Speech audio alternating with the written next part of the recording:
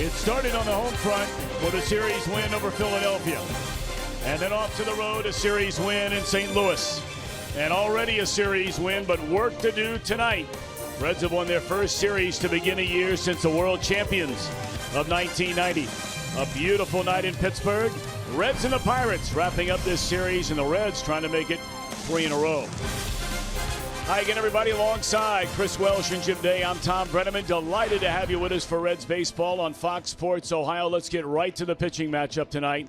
And undeniably, one of the big stories in this early part of the year for the Reds, the young left-hander Amir Garrett tonight, his second major league start. Well, you know, his first major league start was pretty special, not only because he quelled the Cardinals, but because he was able to quell all the distraction and the noise that came along with a full sellout at Busch Stadium. But all he did was keep the ball down, and the Cardinals all night long were just off his pitches. They were late on the fastball. They were ahead on the breaking ball. He used his changeup not very often, but when he did, it was very effective, and I expect to see the same type of effort here out of Garrett tonight. On the other side, it's Ivan Nova. We've seen youngsters the first 2 games. This guy, a lot more experience. Well, you know, this guy was really a Yankee cast-off a couple of years ago or last year anyway, when the Pirates ended up getting him. And now he's kind of evolved into almost their quasi-ace because he has pretty good stuff. He's really turned himself into a 2-pitch pitcher. He's fastball, curveball. That's the way he went out last time against the Atlanta Braves. And we'll see if he changes or adds a changeup to that mix. But I think for the most part, you're going to see a lot of sinking fastballs out of Nova. So, Reds hitters, if you want to get greedy tonight and get that third win, get ready to hit that heater. We have our own guy with a heater standing by downstairs. That's Big Jim Day. You want to know what's going on with the Reds? He's the man. Or as they say, the man. He's next.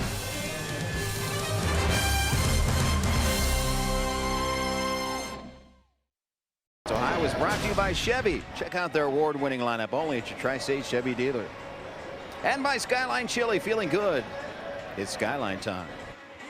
Closing down the first road trip of the season. I'm Jim Day. Here Tom and Chris talk about winning the first 3 series of the season. Hasn't been done since that magical year of 1990. Reds guaranteed of a series victory, but not satisfied. Check out our Elk and Elk storylines. They would love to leave the Berg with a sweep. Last sweep of Pittsburgh, 2015 opening series, April 6th through the 9th. Last sweep here in the Berg, though, you've got to go back to 2010 in May. And last season, they had all of 1 series sweep, and that was the opening series of the season against the Phillies. It is a much different feel right now. Can they get it done? They'll have to get past Ivan Nova as we go upstairs to the guys that will call it, Tom Brenneman and Chris Welsh. All right, Jim Day, we thank you very much. You couldn't ask for a more beautiful night for baseball. We waited an hour and 14 minutes to start last night's game due to rain. Perfect tonight. Let's take a look at Brian Price's starting lineup for the Cincinnati Reds, presented by Menards.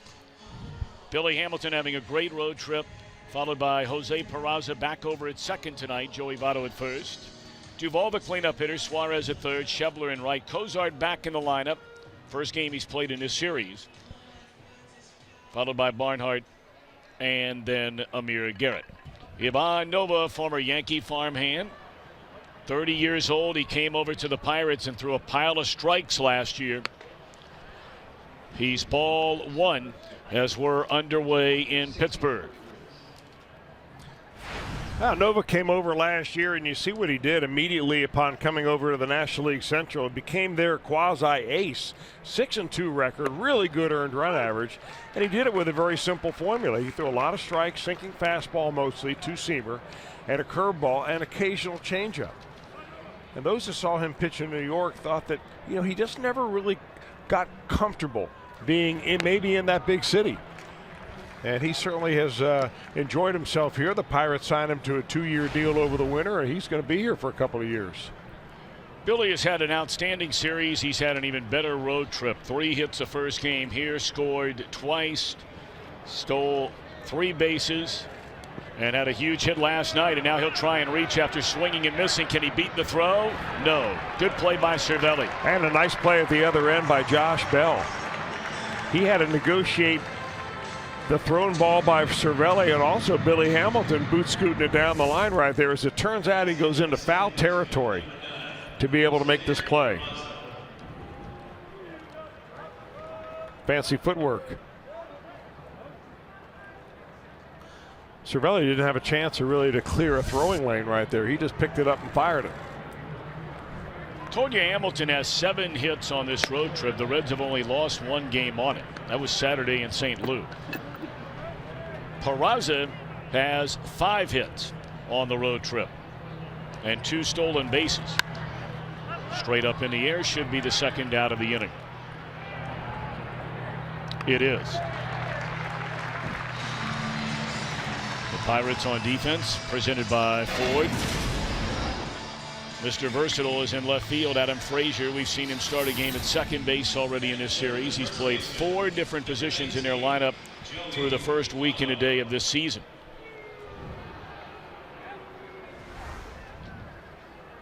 It's been a very quiet start to the year for the Reds all-star first baseman Joey Votto.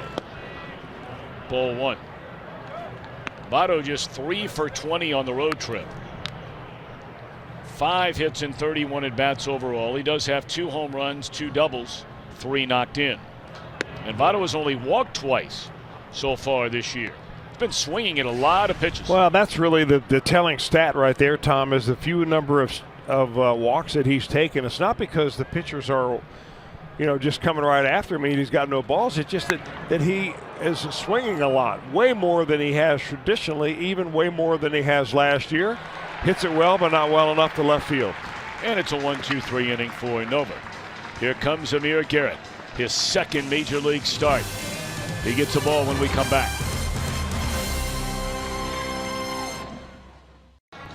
He'll turn 25 the early part of May. And he joined Chief Johnson back in 1913 and Wayne Simpson in 1970. One of 3 Reds to make their major league debut and go at least 6 scoreless innings. If you're in the same sentence with Wayne Simpson, that is pretty good company right there, because that guy, without an injury, he would have been one of the best Reds pitchers ever. And Amir Garrett had a pretty good outing his first time, obviously. I thought it was very interesting that he threw 17% changeups right there and 19% sliders. He really thought that his changeup was the key to the game. Those numbers presented by Mazda. So here we go. He faces the Pirates. It'll start with Jordy Mercer, then Starling Marte and Andrew McCutchen in the opening inning, and that is Steve Reich 1. We know what the numbers were, Chris, and you just showed the breakdown of the 3 pitches, the primary pitches that he used in a start. But the eyeball test is always so important. What did you think of his outing? It's the only thing that's important, really, because, the numbers, not necessarily how many strikes you throw and how many, ground balls you get and so on. It's the zeros you put on the board, obviously. What I liked about him is that he believes at the speed that he throws is hard enough and good enough to get major league hitters out. And it's a speed where he can throw strikes. And that's always the balance that every young pitcher wants to find out. How hard do I have to throw to get hitters out where I can still throw strikes? He looks like he's backed off a little bit. Hard hit ball by Mercer and his counterpart, 1 out. On the same radar gun the last couple of nights, we've seen pitchers, Brandon Finnegan throwing as hard as 97 miles an hour. Wandy Peralta coming in here throwing 96, 97. Well, Amir Garrett, who's known as a hard thrower, has come in here tonight and his first pitches are 89, they're 90, that last one 90 miles an hour. Still, these hitters aren't going to be on him because of the deception, and that's what it's all about. Find the speed where you can throw strikes and then go from there. Yeah, I think on Saturday he hit 93, 94, but pitching most of the game around 91, 92. Strike 1 to Starling Marte, 10 hits in his first 30 at bats. Right down there is where you stay. Good spot for a changeup. He takes about 7 or 8 miles an hour off between the velocity of his fastball and changeup. That's a good spread. Well, how nasty was that right there? Same pitch. He gave him a good one, then he gave him a better one. And there is no waiting around for Amir Garrett. Tucker Barnhart has those fingers down right now, and he came back with a 3rd one. And even took more off of it. That changeup down there at 79 miles an hour. I'll tell you, when you got a fastball hitting ball club like this Pirates team, and nobody likes a fastball better than Starling Marte. go to something that looks like a fastball but isn't. I like that. Pirates are not a team to strike out a lot. In fact, only 48 times so far in this young season. That's the second lowest along with Baltimore in Major League Baseball. Reds are right there too. Only 52 of them. Strike one on Andrew McCutchen.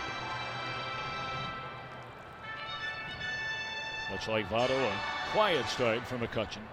6 hits, 28 at bats. He only has 1 run batted in. He does not have an extra base hit. Perhaps until now. That is a foul ball. In fact, the Pirates have gone back-to-back games without a single extra base hit in this series.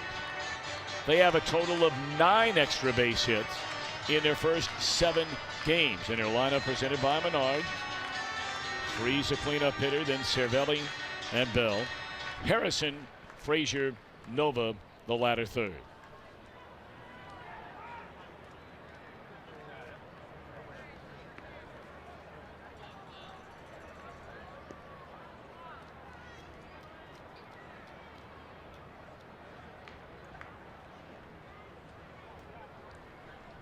Oh, and 2 on McCutchen. Pulled foul again.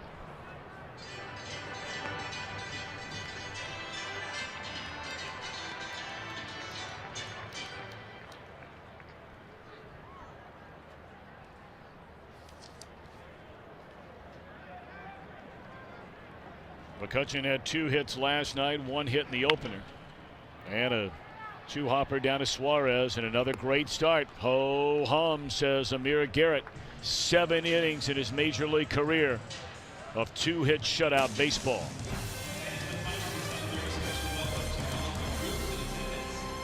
Brought to you by Miller Lite.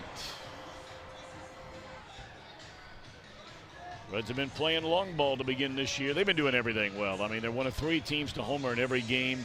2 slugging teams over in the American League, the Rangers and the Tigers, the other 2. And here's a man who leads away in that category, along with Scooter Gennett, I might add. And that would be Adam Duvall. Hit number 3 here last night, his first time up, leading off the 2nd inning. This time, first pitch swinging. And that's Harrison, a long throw with a shift on, 1 pitch, 1 out. You know, I would imagine against Ivan Nova that the Reds will have a lot of early swinging in the count. Last time he pitched against the Atlanta Braves, he threw nearly 90% fastballs. I mean, he just kind of comes with you with the fastball, throws a little curveball, rarely throws a changeup. So when you step up there first pitch, chances are you're getting a fastball. So why not take a good hack if you like it?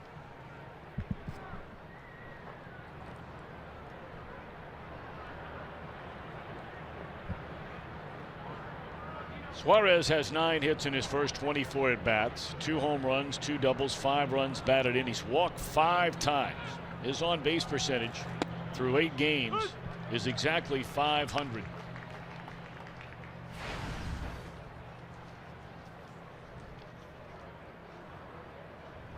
Two hits last night, scored a run, knocked in a run. And he has played brilliantly down at third as well, continuing to grow more and more comfortable. Had always been a shortstop till the Reds acquired him and moved him over to third. 2-1.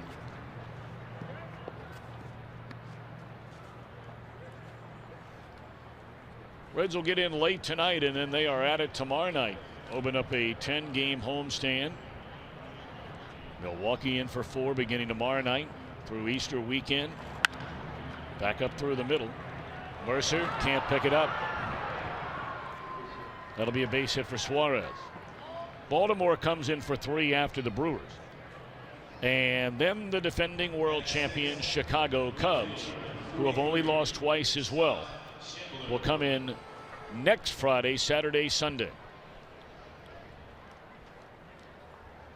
Well, speaking about next Saturday and Sunday, Tom, I thought it was very interesting to hear some of the comments surrounding Brian Price and the anticipation of getting Devin Mesoraco back. Sometime in that time frame is what they're hoping for. Well, he caught 9 innings 2 nights ago. Jim Day reported on that. Brian had made the comment that he'd have to go 9 and 7 or 7 and 9 back to back. They gave him yesterday off. So he's due to catch tonight. And they'll wait and see how he's doing after that, whether they'll double up now or wait until the middle part of next week, early next week.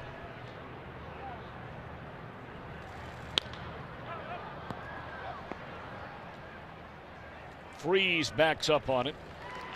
And Schebler is a second out in the second inning. Cozart coming up.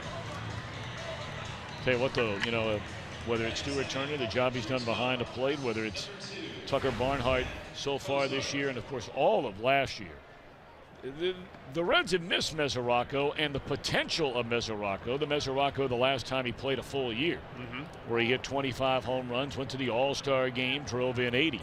But they've at least hung in there behind the plate. Well, it's not a position of weakness for this ball club. If you look at the team and say, well, where's the biggest weakness? So you wouldn't say the first thing is, you know, Tucker Barnhart behind the plate. Right. He's done an excellent job. Be interesting to see how they begin to weave, you know, playing time for both of those guys. Trying to play matchups, perhaps, trying to figure out when to give players time off, which pitchers perhaps like to use certain catchers. There are a lot of things that go into making those decisions. Cozart has opened the year with a 6-game hitting streak. He has not played the last 2 because of a sore left wrist. He was the hottest hitter on this Reds team through the first 6 games. He's behind 0-2. You know, it's almost like Nova knows he's got a sore wrist, and I'm sure they do. That's the kind of information that other teams just love to feed on. And he is just crowding him with fastball after fastball right in there, challenging Cozart to get that bat head out.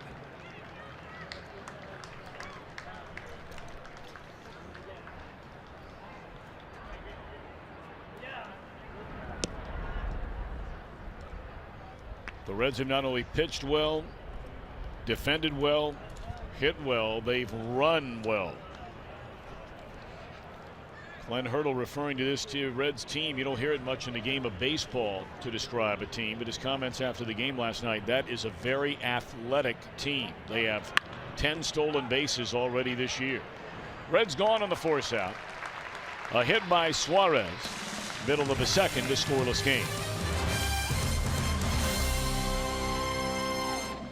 You know, it was just one start. You know, I got to put that behind me now. I'm just ready to move forward to my next start. I think I've been doing a really good job, you know, preparing up to my next start. Worked really well in the bullpen this week. You know, now it's just time to go and go out there again and try to do it again. I'm Jim Day. When I interviewed Amir Garrett yesterday, I expected him to be on cloud 9 still a little bit, maybe a little bit of cockiness, but he was very even-keeled. I asked him if teammates had talked to him about staying even-keeled as a starter. He says, oh, no, I already knew this, and it's kind of a theme of what we've talked about, Tom and Chris. These young pitchers in particular, very even-keeled and do not get too big for their britches, if you will. Well, Jim, we've seen how it can turn around so quickly. I mean, not only for young guys, it just happens to them a little more frequently, but even the guys that have been around for a while. Well, one of my favorite people in baseball, Tim Flannery, has a saying about that. There are 2 kinds of baseball players. There are those that are humbled, and there are those that are about to be humbled. It's a great saying. Fouled out a play off to the first base side. Leading off the Pirates' second is third baseman David Freese. And with as much work as you do as a starting pitcher between starts, you have no time. You may have one day where the day after you get your work in and you sit there in the dugout and you watch the team that you maybe beat the day before, and then you kind of revel in it and you're happy. But from then on, it's all work. You got bullpen stuff to do. You've got conditioning to do, endurance work to do. And then now you've got to start concentrating on the scouting report for your next start. It's gone 3-2 on Freese to open this second inning of a scoreless game, and now he'll back off and regroup. Right back on the rubber. And okay's a sign with Tucker, and here we go. You know, when you pitch a really good game, the way that Amir Garrett pitched against the Cardinals, those 5 days fly by. When you have a bad game, like Brandon Finnegan, for instance, I mean, these 4 or 5 days between his last start and the next start will drag and seem like it is forever. Well, Brandon will next get the ball on Easter Sunday Or no, he'll start. It'll be Saturday. There's a base hit into center field by Freeze. First Pirate to reach base. And Amir's asking that age-old question. How did that ball miss me?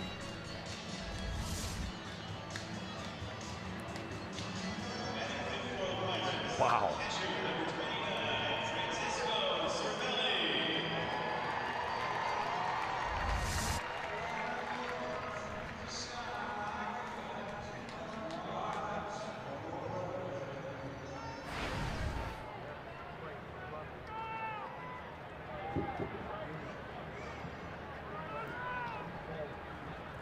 Catcher Francisco Cervelli, the batter.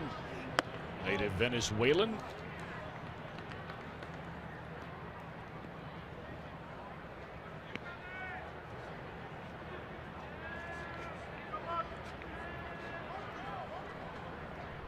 His mom is Venezuelan. His father is Italian. And you heard his walk-up music there a moment ago. That's Amore. Great song. Fan favorite. I mean, they have just taken to him big time. He's another guy the Pirates got from the Yankees. I wonder what the connection there is. 2-0-1 Cervelli. And it's in the air. A long run for Schebler. And a step late. Well, he was a step late, Schebler was, and Cervelli at the plate was just a click late. I mean, it's really interesting to watch Garrett. And, you know, when you see a young kid in the minor league games back on the backfield to Goodyear, Arizona, you don't have enough time to really study him. But the more you see him pitch, the more you see the hitters don't really lock in on him. That doesn't mean he's not going to have a bad game. But he seems to throw a fastball right there at a hitting speed, yet he's just missing the sweet part. Freeze a very short lead. They'll throw over anyway.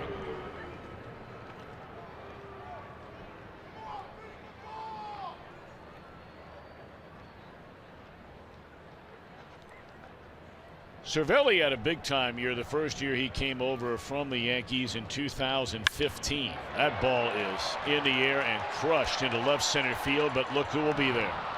It is extraordinary the amount of ground that Billy Hamilton covers. It's like a video just game. Incredible.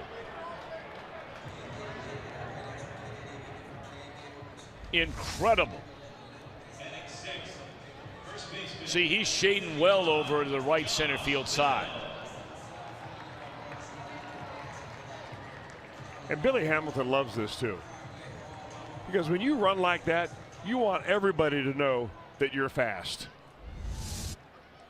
He's like, come on, hit another one out here. Well, that was it, the way we described it the other night when he made that great catch up against the wall in left center field and the ball hit by McCutchen. When you sit where we are in this ballpark, and normally we're about 2 or 3 levels down from where we are. Here we're at the very top of the stadium. Beautiful view and see the entire field of play. But when the ball goes in the air, it's really almost at eye level when it's hit that high. And all of a sudden, in the bottom part of your vision, peripheral vision, you'll see this movement and just streamline straight to a ball that you thought no way could catch. What a pick that is, and they turn it over for 2. Oh my. Play some D. Suarez made a play like that over the weekend in St. Louis, and a dandy here turned over by Peraza. Well, the Reds got it working, really working right now.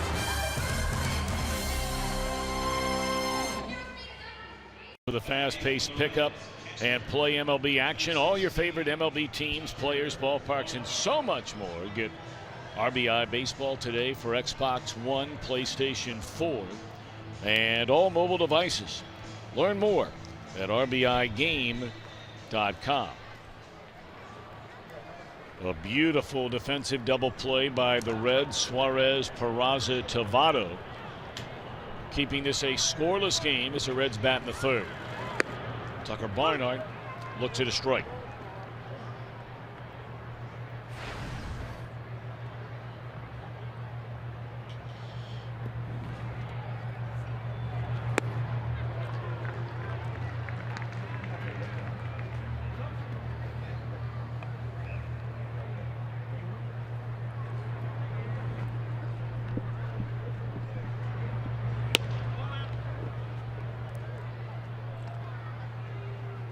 You know, Nova's an example of a guy we were talking about earlier, Tom, who has figured out at what speed he can throw the most strikes where he wants to, and then kind of goes from there. Nice two-strike piece of hitting right there by Barnhart. Bangs one into center field, a hit to begin the Reds' third inning.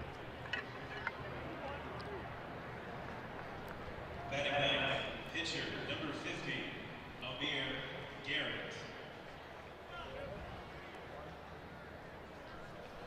I know we've heard so much about a number of these Reds pitchers as batters. Figures Garrett will be asked to bunt here. He went 0 for 2 as a hitter his major league debut in St. Louis.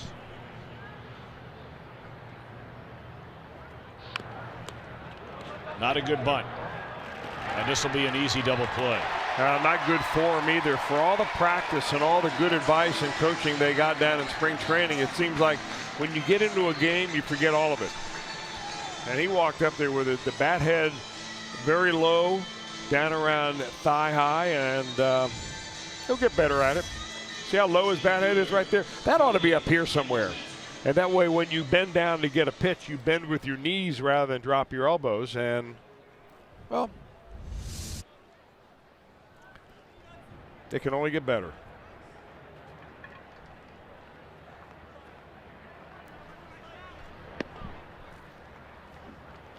Actually, it's the second time for Amir Garrett having some problems with the bunt. It was a safety squeeze in St. Louis, right, where Zach Cozart ended up being a little too aggressive on that and getting picked off.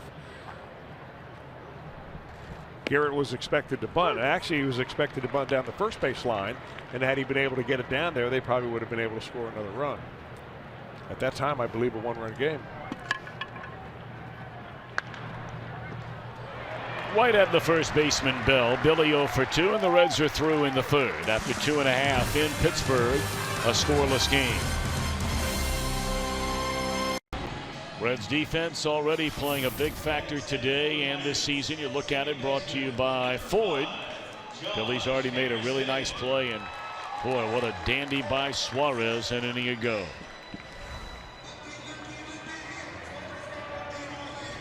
So the latter third coming up in Clint Hurdle's batting order. I mean, if you're thinking about it, in that last inning, Amir Garrett nearly gets undressed by a line drive up the middle. Billy Hamilton runs down.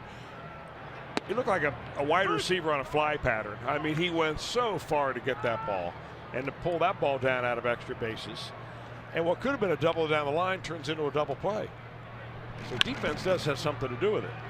Suarez, good throw, charging into the grass to retire the Cincinnatian Josh Harrison. Let's go back to that play a moment ago. You know, they say the double play is a pitcher's best friend, but when you pick it off the third baseline where it's headed for the corner and turn it into two,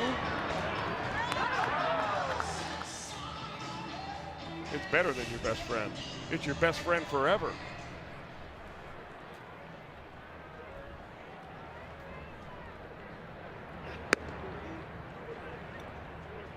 Adam Frazier now the batter. Well, he's got one of the great walk-up tunes in all of baseball. We told you the other night he's from Lake Charles, Louisiana, and he has that old John Fogerty CCR tune, Born on the Bayou.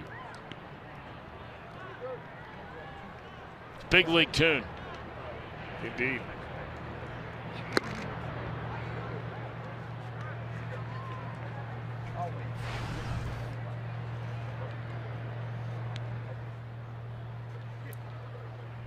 Two and one to Frazier. Perfect location with that fastball at 92 miles per hour. 2 balls, 2 strikes.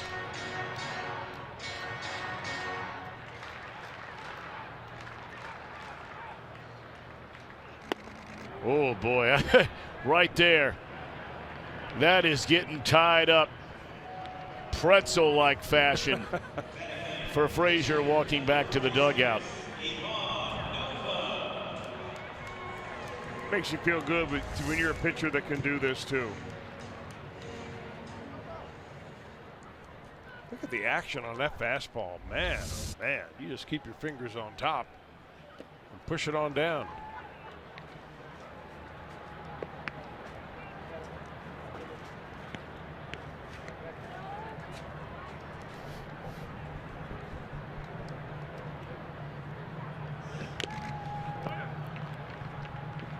Nova had one official at bat his first game. He pitched an excellent game in getting the win over Atlanta. You know, the Pirates started the year with 2 games in Boston. They had 1 game rained out. They'll make that up tomorrow afternoon at Fenway Park. They beat Atlanta 3 in a row, and the Reds are trying to beat them 3 in a row. And it's 3 up and 3 down for Mr. Garrett. Peraza, Votto, Duvall coming up. No score.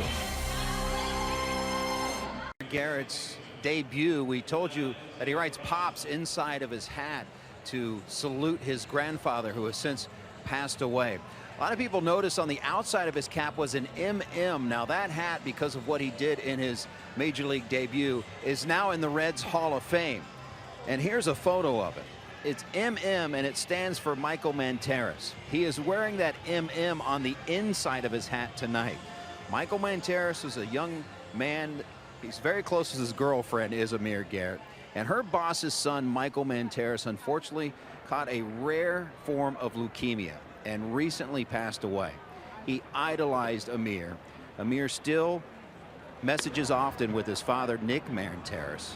But you talk to him and it just breaks his heart that it happened. It happens to any child like that, obviously. But saluting him as well with an MM on the inside of his hat tonight. Jim, that's great stuff. You can only imagine how that must make that young man's father feel, knowing that Amir Garrett still celebrates the life of his little boy and in a better place now. Jose Peraza, on a count of 2 balls and a strike. We begin the 4th, no score.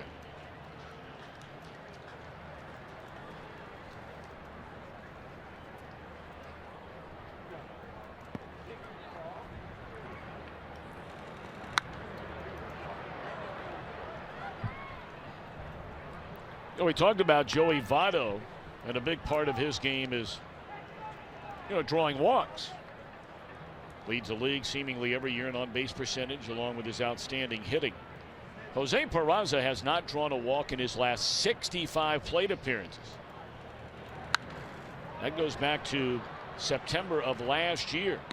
Now, having said that, he's not struck out in his last 25 plate appearances. So he's up there to swing the bat. Of course, with time, you figure he'll grow more patient as a batter. 2-2 on the way. Back to the mound.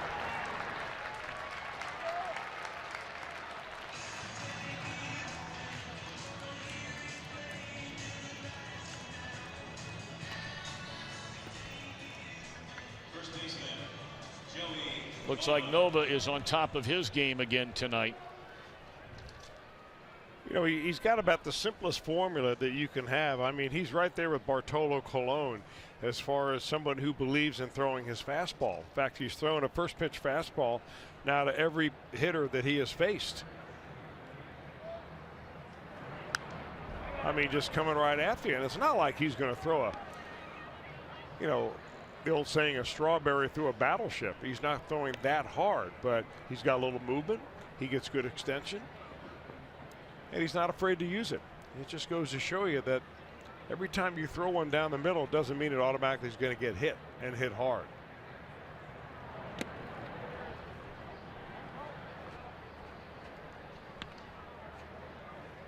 Well, he's been outstanding as far as his control and command goes. His strikeout to walk ratio, which is a really good barometer.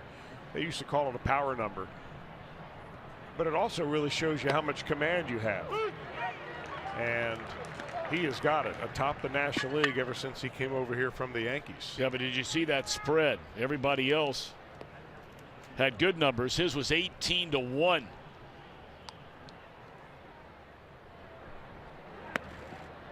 Well, you know how to keep that number up, don't you? You don't have to strike out a lot of guys. You just have to walk nobody. That's right. It's all about the denominator. So interesting. You look at Nova, signed as a teenager. Yankees had him in their system. Minor leagues for 5 years. San Diego took him in the Rule 5 draft and then sent him back to the Yankees. That was in 2009. In 2011, He went 16-4 with an ERA of 3.70 in his rookie season in the Bronx and naturally in New York. I mean, that'll get you a lot of headlines. But it also comes with a lot of expectations. Votto retired for the second time. Nova came back the next year. He won 12, but the ERA swelled to over 5. 13, a 9-game winner. ERA the best it had ever been. Barely over 3. But then injuries hit in 2014. Came back in 15. Did not pitch well at all for the Yankees. Same way it started in 16 and then acquired by the Pirates on August the 1st. That was actually after the trade deadline for 2 players to be named. And he has pitched like the guy who went 16-4 in 2011. In fact, the overall numbers are even much better than many of those that season he won the 16 games.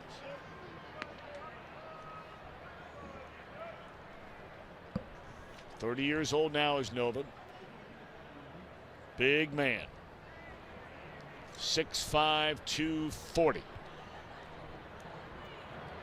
Well, I mean, I would call that more like average nowadays. Yeah, you're right. I mean, he just falls right in line with just about all the other starting pitchers the Reds have. I mean, Brandon Finnegan is the odd man out there, but he's stocky and strong as a bull. Bronson Arroyo is about 6'5", but maybe he's waiting for his post-playing years before he adds the extra 60 pounds. It's funny when they show up down the road from time to time. I don't think he'll be like that, though. No way. Fly ball to right. And who's going to get it? No one's going to get it. So Duvall, that's when you know you're going good. And he's going good right now.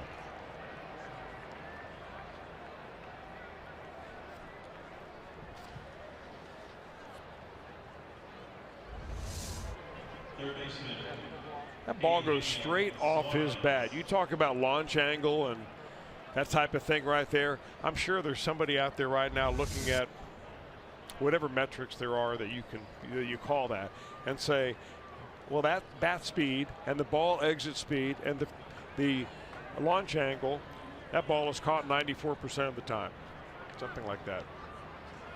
So when they do fall in, you're happy with that 6%. Mm-hmm.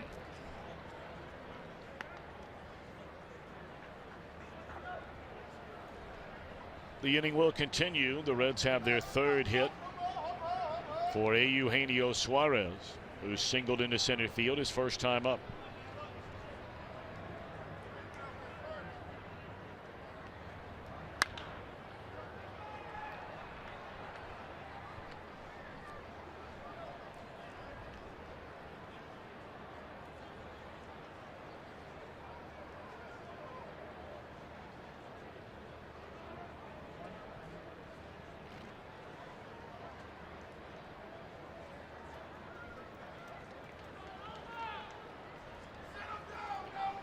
A number of day games around baseball, a travel day for most teams, wrapping up series today and starting others tomorrow or Friday. St. Louis finally got a win, besting the Nationals today 6-1. That was Only Mike the Leake on the 3rd mound win again. of the year for the St. Louis Cardinals.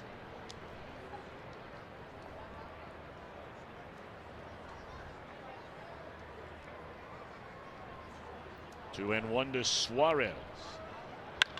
And another bullet into center field. A perfect 2 for 2, both on singles to center for Eugenio. And now a big chance for Schebler. I mean, you wonder in a game like tonight, the way both pitchers are playing, and who knows, this game may end up being 9-8. But judging what we're seeing from both starters so far, you only get so many chances. And it might be 2 on, 2 out in the 4th inning where you got to make your hay. So this is a big at bat for Schebler. Good point. And Schebler loves hitting the first pitch. And Nova has thrown everybody a fastball in the first pitch. So do you let it rip right here?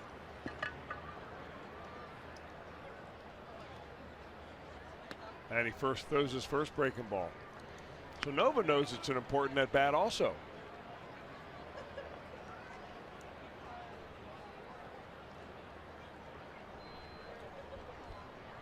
A little bit bigger crowd tonight, it appears, than we had last night. Had a real big crowd here on Monday night. Of course, a lot of eyeballs on the NHL playoffs here tonight. Down the left field line, room in the corner at the track to end the inning. 2 hits, 2 left. We remain scoreless in Pittsburgh.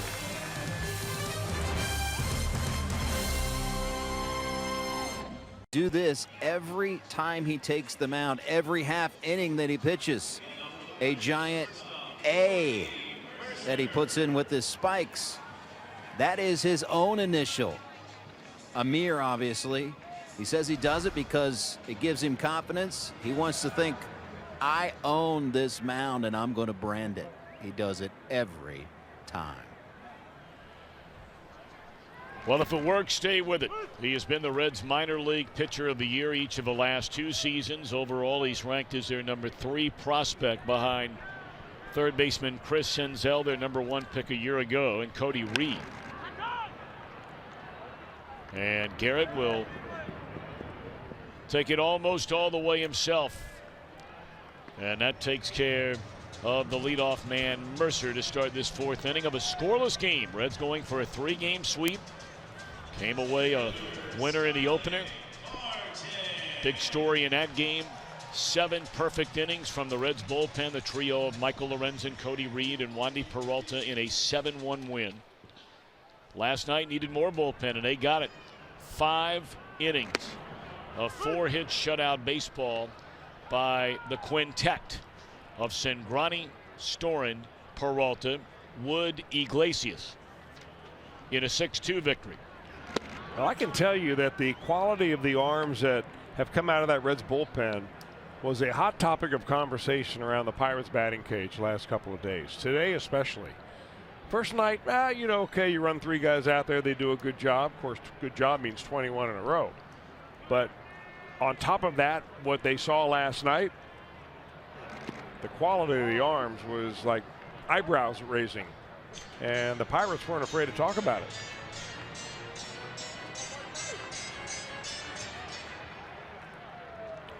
Well, the only member of the Reds bullpen the Pirates have not seen in this series is Robert Stevenson. And he's got a pretty good arm, too. I know his first game did not go very well. Some people get a little down on a number 1 pick. We're not ready to do that up here.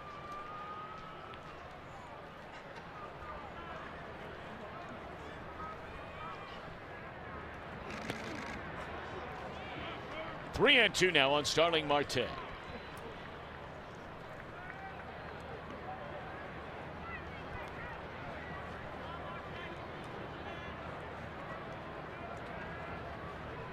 Garrett has not walked a batter tonight. He walked 2 in 6 innings in his major league debut. Let's see what he comes after. Marte struck him out his first time up. Threw him 3 straight changeups. Came with a fastball this time. Going to be a tough play for Suarez, and it throws in time. What a play again by Suarez. Boy, he is really starting to become an outstanding defender at third. Once he read the cadence of the ball coming to a third baseman, and it's way different than it is when you play shortstop. I mean, he has just become so confident, so good. I mean, he's a converted shortstop playing third base, so you've got a terrific athlete out there anyway. And he just makes a very difficult play, just looks silky smooth. Pulled the string on McCutchen, looking fastball. First pitch, didn't get it, got a change and waved right through it. He grounded out to Suarez, ending the opening inning. 2 strikeouts, no walks, 1 hit allowed by Garrett.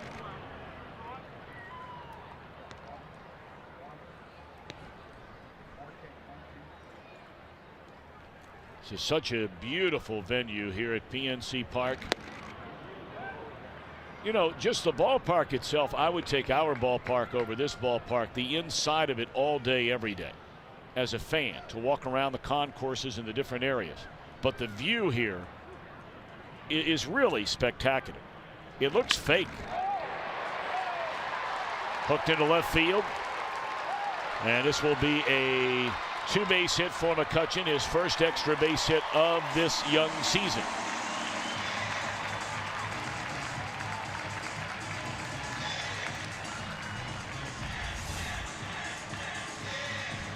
Well, you can see the spotting that we have shown you on our box tracks where all those pitches are, and Garrett is staying out of the center of the zone. That's why he has been successful to date. This is the second hit the Pirates have had. Sometimes even good pitches get hit.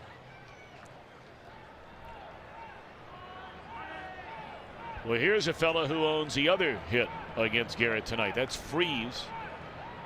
He lined one into center field his first time up, strike one.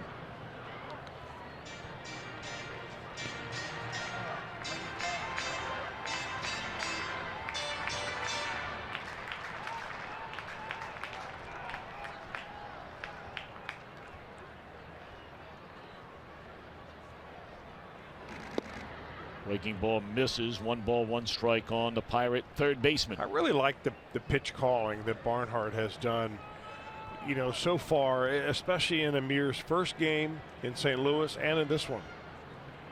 And Amir is just throwing what Barnhart is putting down.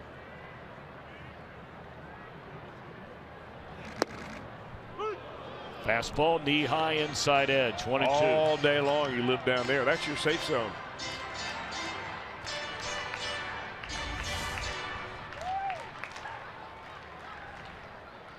That's a spot where Major League Baseball would like to raise the strike zone just a couple of inches from the hollow of the knees, and they made that change actually from the kneecaps to the hollow of the knees back in the 90s.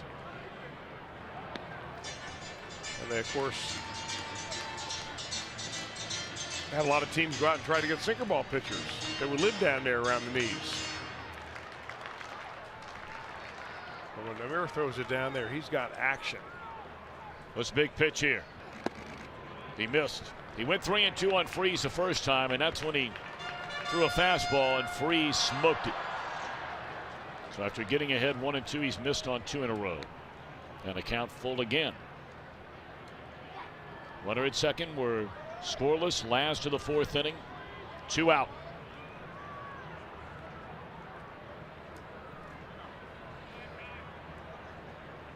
And Tucker Barnhart wants to call timeout. It may be as simple as saying, hey, how do you feel about throwing a changeup right here? We don't want to walk this guy, but you know, at the same time, you have a base open here and a very tough right-handed hitter at the plate. Or he could be saying, I know how to get this guy out, but don't ask me till I get back behind the plate. I'll surprise you. 3-2. Good pitch there. You know, because half the responsibility of the catcher is to take whatever the edge is away from the catcher or the pitcher. Just relax him a little bit. He may run out there and tell him a joke and have nothing to do with what kind of pitch we're going to throw here. Different catchers have different personalities for that.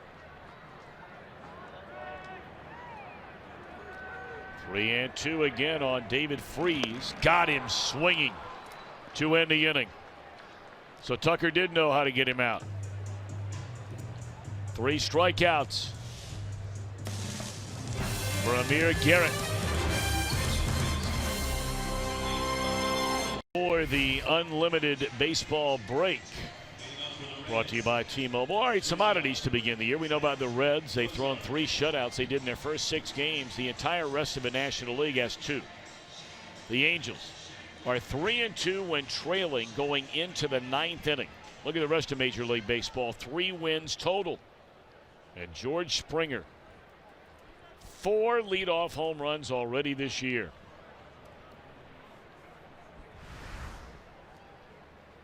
So some odd news and notes. First pitch swinging Zach Kozak as the Reds have 7-8-9 batting in the 5th of a scoreless game against Ivan Nova. Reds have 4 hits. They've left 3. Pirates have 2 hits. They've left 1.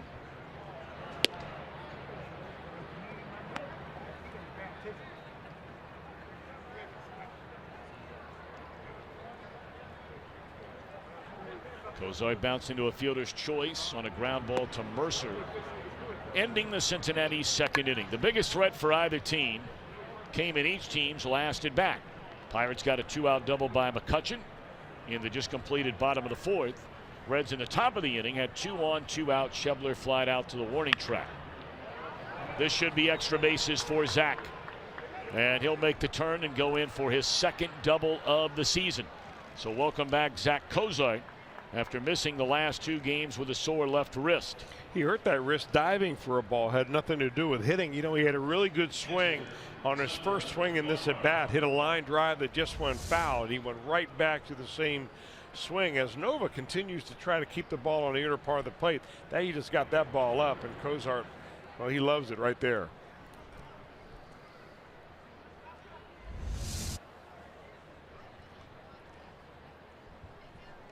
So this becomes a very important bat for Barnhart and the Reds. You have the pitcher spot waiting on deck. See if Tucker can get him in. Fouled out of play, strike 1. Tucker singled to center field his first at bat. Tucker is yet to knock in a run this season, and right now would be a good time for number 1. And if you're going to get 1, why not get 2? We're talking about a hockey game being played tonight here in downtown Pittsburgh, and a lot of big Penguin fans in this town. Of course, they're playing in the opening game against the Columbus Blue Jackets. This ball is scalded into right center field, and this will get him an RBI. So Tucker Barnhart has made it a 1-0 Reds lead. Back-to-back doubles by Cozart and Barnhart here in the 5th. That's 2 of them on the night for Tucker Barnhart.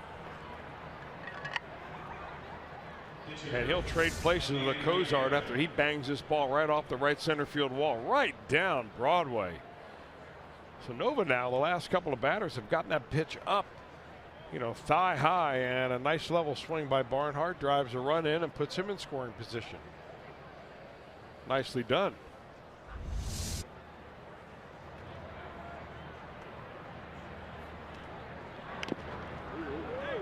All right, so now Amir Garrett.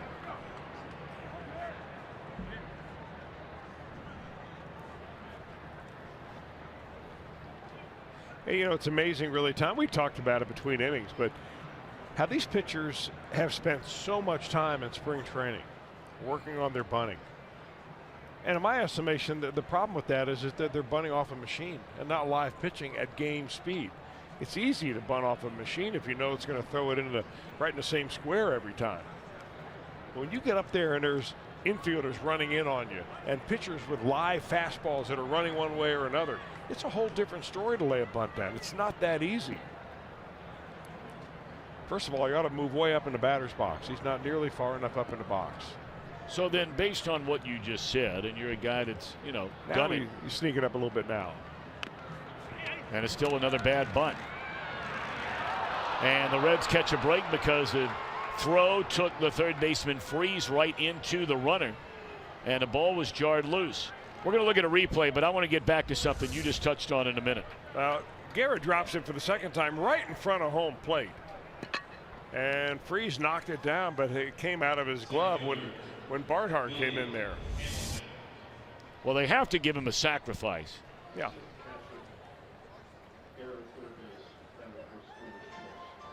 Oh, no, they don't. They gave him a fielder's choice. choice and an error on the third baseman. All right, I want to get back to something because of what you just said, and the catcher's out visiting the mound. Are you suggesting then that perhaps teams should change the way they practice pitchers bunting? Well, yeah, I am. And now, any ideas? It's easy for me to say up here, you know, because we're way up here, and I'm not a coach. No. You've been down there. As an observation, I got better as a bunter when I was asked to bunt in games, and I faced live pitching.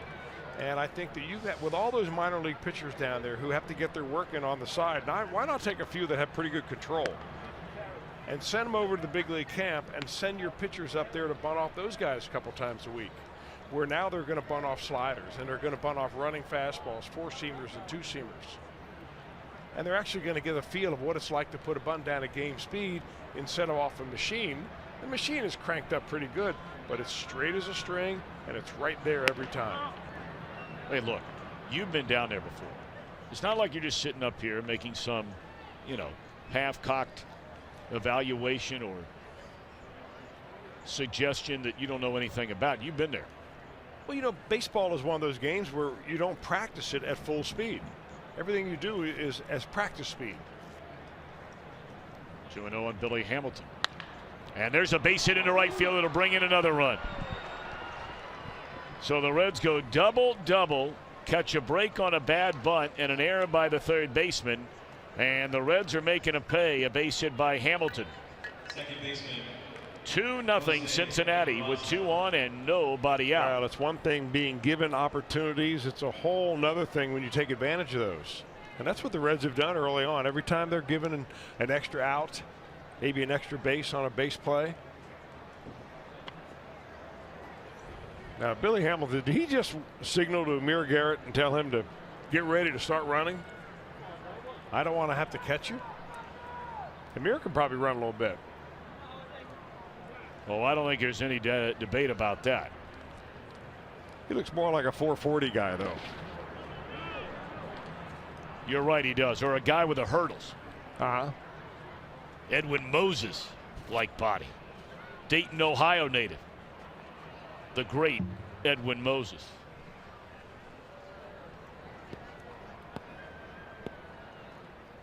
Do you write down certain names on your scorecard and try to work them into a game every night? No, I just every time I drive up through Dayton, I see that exit right there by the University of Dayton. You're right, yeah. I mean, you talk about one of the guys, and for a lot of people, they're not old enough to remember him. I mean, he was in hurdles what Usain Bolt is in the 100-meter dash. He was invincible.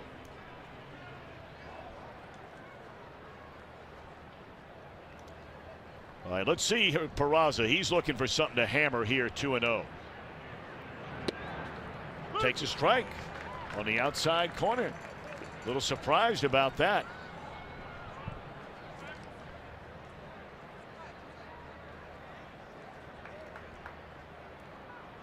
Got Votto on deck. This has the makings, potentially anyway, of a big inning. And that is a fair ball into the corner.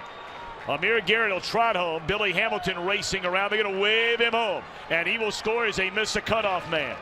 2-run double by Peraza. And it's a 4-0 Cincinnati lead. Boy, the Reds got it going on. Well, you were right about Peraza waiting for something to lay the hammer on. He just waited one extra pitch to do that. Boy, everything seems to have been just hit hard in this inning. And Nova is just getting the ball up.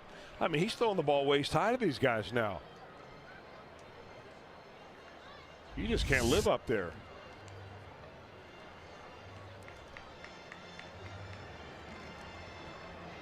Well, you don't know how long it's going to last.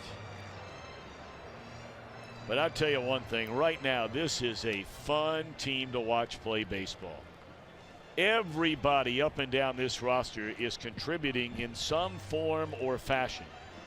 And it doesn't matter whether it's offense, defense, which we've seen great plays, 3 or 4 of them already in the game tonight, or on the mound, in some cases starters. In this series, it's been exclusively relievers. But everybody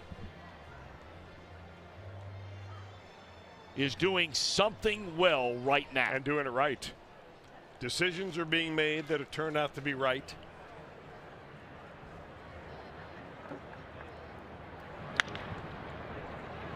Votto will make an out, but it's the first out of the inning, and it does advance a runner from second to third. Obviously, that's not Joey's goal at this point, but it's a productive out. You know, the other thing this run that the Reds are having right now will do, especially for a young ball club, is it'll give them confidence to look across the field in the other dugout and say, hey, you know, these guys aren't that much better than us. They may not even be better than us at all. We can play with any of them at any time. And if, as long as you have that nice, quiet confidence, it takes a little winning to get that going. They feel that now.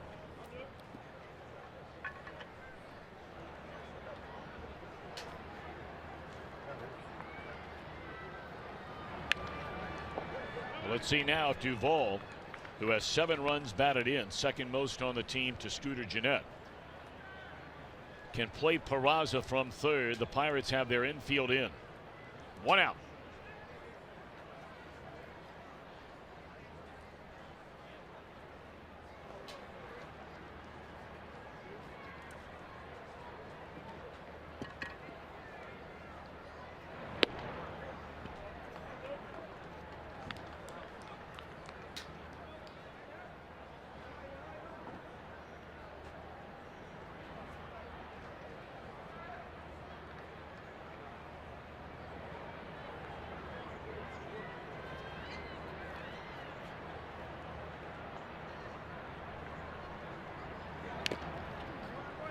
Foul tip, and it's a ball and 2 strikes.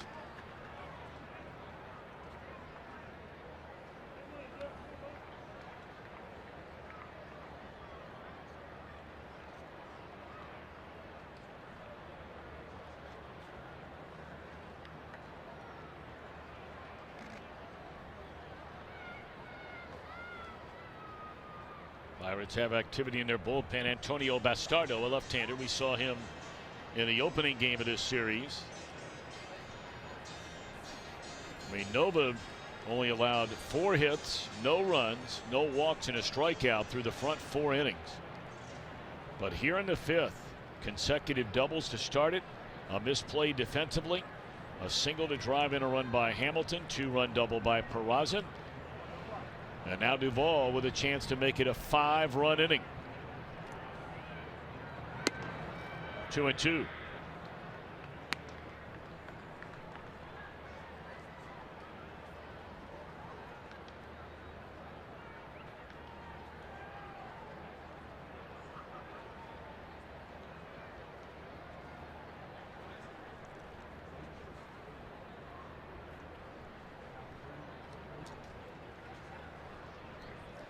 Runner at third with 1 out. Broken bat. And that's the 2nd out of the inning. It's a good pitch right there by Nova.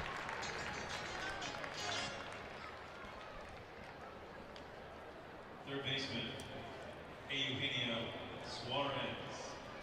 Not sure Nova's all that crazy about facing Suarez again. 2 at bats, 2 bullets to center field for base hits. Well, he's trying to get the ball inside the Suarez and hasn't been able to get it in there far enough. Both hits pretty much back up the middle.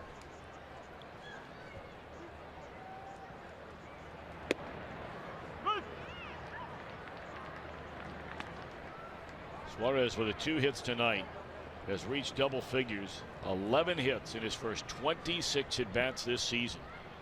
Then you throw in the 5 walks we brought up earlier.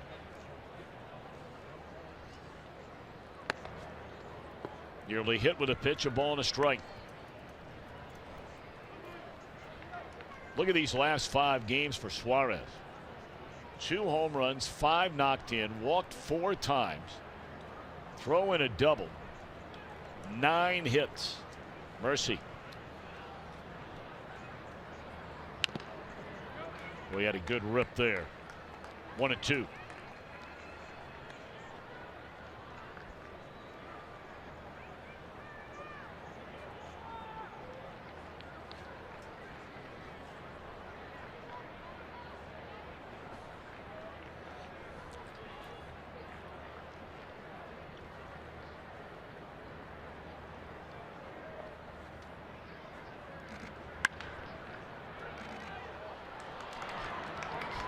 Hitting over. 8 come to the plate for score.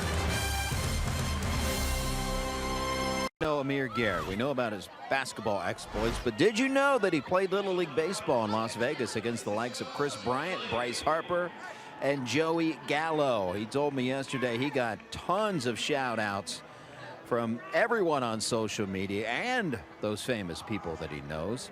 Also played high school basketball. DeLon Wright, who's now with the Toronto Raptors. Nigel Williams-Goss, who's now at Gonzaga. And friends with some guy named Westbrook. He's a pretty good player in the NBA as well. I actually got him tickets during spring training. to an NBA game there. So he's got some friends in high places. How about that? That Westbrook's unbelievable. Man, saw him play in person last year out in Phoenix when we were in Arizona for spring training myself. And golly day, is he something. Of course, Cincinnati's very own Oscar Robertson's got a lot of pub because of him this year and breaking the all-time double-doubles mark in a single season. Triple-doubles, I'm sorry.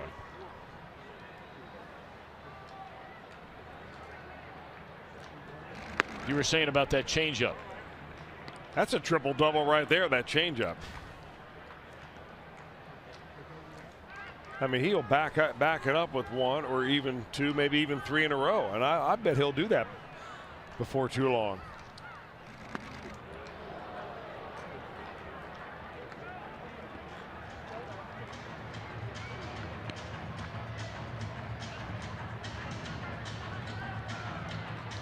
Just because you can rear back and throw hard doesn't mean you have to do it on every pitch.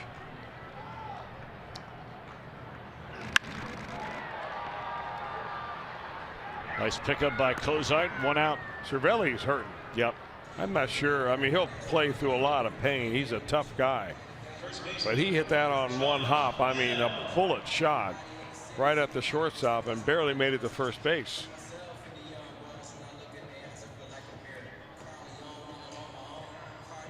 That's a broken wheel.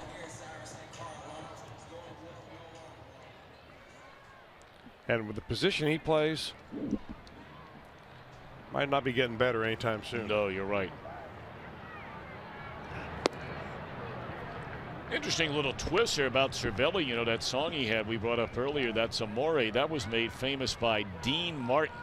Oh, what a singer and character he was. I did not realize, though, that he was from Steubenville, Ohio, Dean Martin.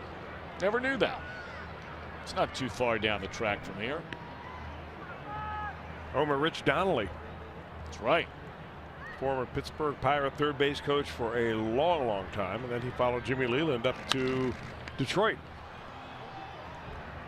Amir will handle that for the second out of the inning. And he was part of Jim Leland's staff on the World Baseball Classic United States Championship team. In fact, we saw Jim Leland before the game. He still makes his home in the area.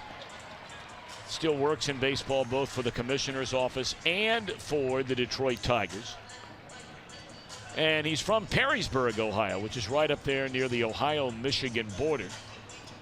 And part of his duties working for the Tigers, he will go in and watch the Toledo Mud Hens and some other teams up and around the Cleveland area. So he still spends a lot of time in his home Buckeye state. That's pretty cool, though. Dean Martin. He was known as Dino Paul Crescetti growing up as a youngster in Steubenville. 2-0 on Josh Harris. Another Buckeye himself. I mean, they're all over the place. A Princeton Viking and a University of Cincinnati Bearcat is Josh Harrison. And there's a base hit into left field.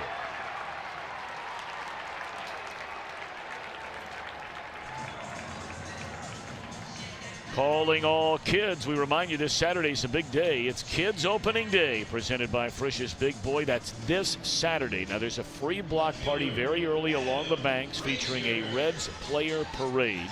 Get down there. It starts at 9 o'clock. Got a lot going on. If you want additional information on all that's happening, visit Reds.com. Kids Opening Day this Saturday at Great American Ballpark.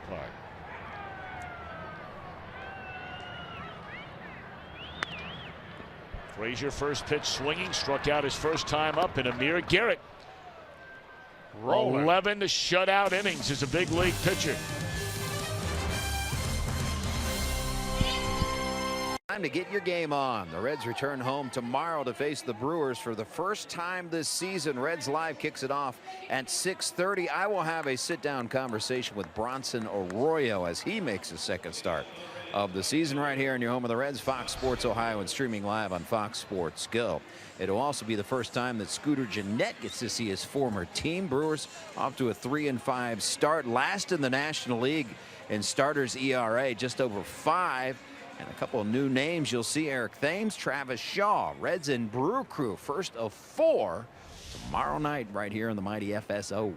Travis Shaw batting in the cleanup spot for the Milwaukee Brewers. Last time I saw Travis, he was about 12 years old, hanging out with his dad in the Reds dugout.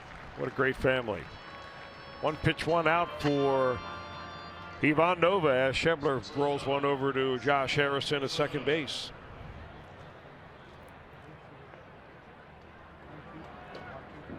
And now Zach Cozart, 1 for 2, hit a double his last time and sparked the rally that the Reds ended up scoring 4 in the 5th, and he takes a fastball for a strike.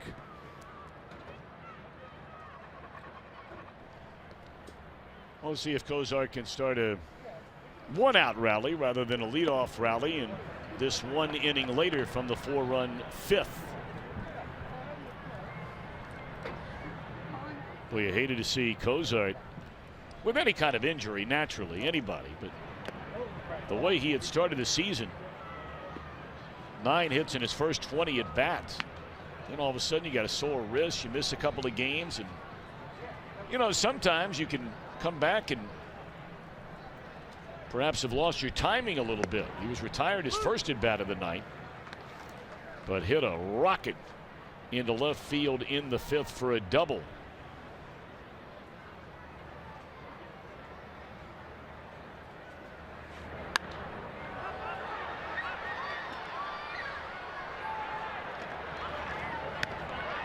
Cervelli for the 2nd out.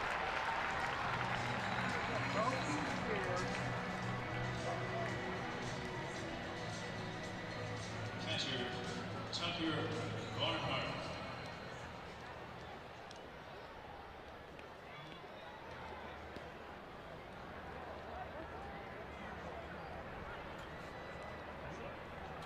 Tucker knocked in the first run of the game, driving a ball to the very base of the wall in right center field. His first run batted in this season, and he hits it in the same spot, and McCutchen had him shaded that way. Bottom of the 6th coming up. Reds in front 4-0 on Fox Sports Ohio, brought to you by Cincinnati Children's, changing the outcome together, and by your local Ford dealer. Ford, go further. The MLB.com ballpark app. You'll want to check this out. It's your mobile companion when you go to Great American Ballpark, or if you visit another ballpark. The ballpark app complements and personalizes your trip with mobile ticket delivery, exclusive offers, interactive games, and much more. Download the ballpark app tonight. Amir Garrett, 5 shutout innings. He's allowed 3 hits, coming off 6 innings of 2-hit shutout baseball in his major league debut. He faces Phil Gosselin, who comes up to pinch hit for Nova, and he will foul out Tovado to start the inning. He's been on his game again tonight. He sure has. Amir Garrett marks the mound and then marks his territory around home plate. I mean, he has really been able to get him off his fastball, changing speeds, throwing that changeup down. That combined with the fact that the Reds have played superb defense, he hasn't really been threatened all game long. He's given up only 3 hits. One was a leadoff single. That was in the 2nd inning. That was ended up by a double play to kill the inning. Then a 2-out double and a 2-out single last inning, and that is it. So 4 runs right now. Looks like it's 10 runs the way Amir Garrett is firing it up there. Well, let's hope he continues on that pace. He now goes through the batting order for a 3rd time. Mercer led off the game with a line drive to short, and then a comebacker to Garrett in the 4th. He's only thrown 70 pitches. And it just goes to show you, when you throw the ball over the plate with a little bit of action down in a good part of the zone, you let your defenders earn some money too. He has not gone over 20 pitches in any 1 inning. Well, again, you just sit here and watch. It's something we made reference to Rookie Davis last night, and a very deliberate pace on the mound. I mean, you look at Garrett tonight, his defense, these guys are in the game. Not only because it's a 4-0 game, it's just the pace of the game. Garrett gets the ball, gets on the rubber, doesn't waste any time, And he's coming after people. Well, the one thing that he might do, and we haven't really seen him get into any trouble yet, you know, your coach to slow down a little bit when you have runners on base and be a little more deliberate.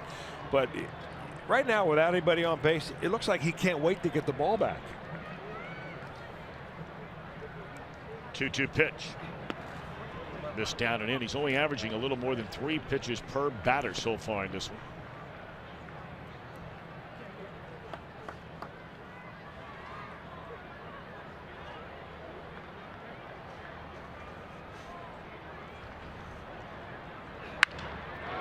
Ball hit hard, but that's a big part of the ballpark. I mean, that's almost straightaway left field. It's 379 feet. The power alley in left center is the deepest part of this ballpark at 410. So that's just a big, big area out there in this ballpark. You know, you can buy a cheapie down the left field line, but once you have that first, maybe, what, 40, 50 feet of fence that starts to go out. Yeah, you combine that with the fact that we're still springtime and it's cool. Ball's not carrying very well. Takes a pretty good wallop to hit one out of here.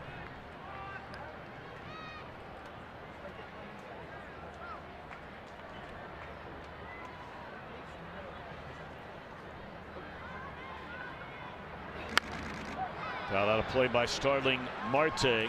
You know, one of the things, sometimes it's interesting to watch a pitcher and see where he misses the strike zone. And where Garrett seems to be missing the strike zone is down and in. Not up and away like he's flying his front side wide open, trying to overthrow, much in the way that Glasnow the other day had a horrible time doing that. Let's see you later. Boy, he is wearing out Marte. 4 strikeouts for Garrett. 3 of his innings have gone 1, 2, 3. Game summary. Reds finally breaking through in a scoreless game in the 5th. A leadoff double by Cozart. He would score on a double by Tucker Barnhart. After an error, Billy Hamilton came to the plate. Picked up his first hit of the night on a single in the right. That would score Tucker. And then Jose Peraza on a 2-1 pitch. Double down the left field line, scoring Amir Garrett and Hamilton all the way from first. And so far, that's more than enough for the big left-hander. Well, he's just been firing strike after strike and unpredictably changing fastballs with change-ups and sliders. And he's got the Pirates just eating right out of his hand right now. Well, the good news for Amir, he's not going to be asked to bunt. He's going to be able to swing the bat this time. But I would imagine they're going to have him working on that bunting in between this outing and his next, which will come in the opening game of the Baltimore series. He is a guy who will benefit as you look at Antonio Bastardo, the new pitcher. He will benefit from the only off day the Reds have for quite a while, and that will be next Monday. Brewers are in town for 3. The Reds need to find a pitcher for this Sunday. In case you didn't hear the news, rookie Davis got hit with that pitch last night as Garrett has gone swinging, and he's been placed on the 10-day disabled list. Barrett Ashton was brought back up from the minor leagues, but the Reds will need a starting pitcher, figures to be Cody Reed, to pitch on Sunday afternoon, Easter Sunday. Yeah, that's where it got rookie Davis yesterday. It's not a long-term injury, but you know, I thought it was a very good addition to the rules that the players and owners got together on the new CBA, which instituted a 10-day disabled list. And it's perfect time for rookie Davis maybe to take a few extra days, because if you can't throw your bullpen in between starts, and he probably can't, his throwing day would be tomorrow. Yeah, let his arm heal up a little bit.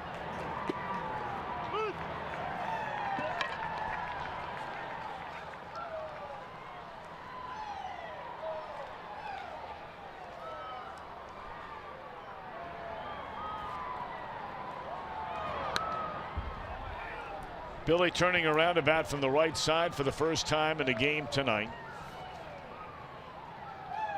Like, if I'm not mistaken, this is the first time. Nope, he faced Bastardo in the 9th inning and got a base hit against him. His only at bat against a left-hander in this series. A lot of aspiring Dean Martins in the crowd tonight. He must have heard your story. Well, this is a place, I think, that actually is where the woos that happened late in the game actually started up. It wasn't Cincinnati, it was actually Pittsburgh, or so I'm told. Lined into center, and that's a second out of the inning. So we've heard it the last couple of nights, but we're really hearing it in the 7th inning tonight. Second baseman, Jose Peraza.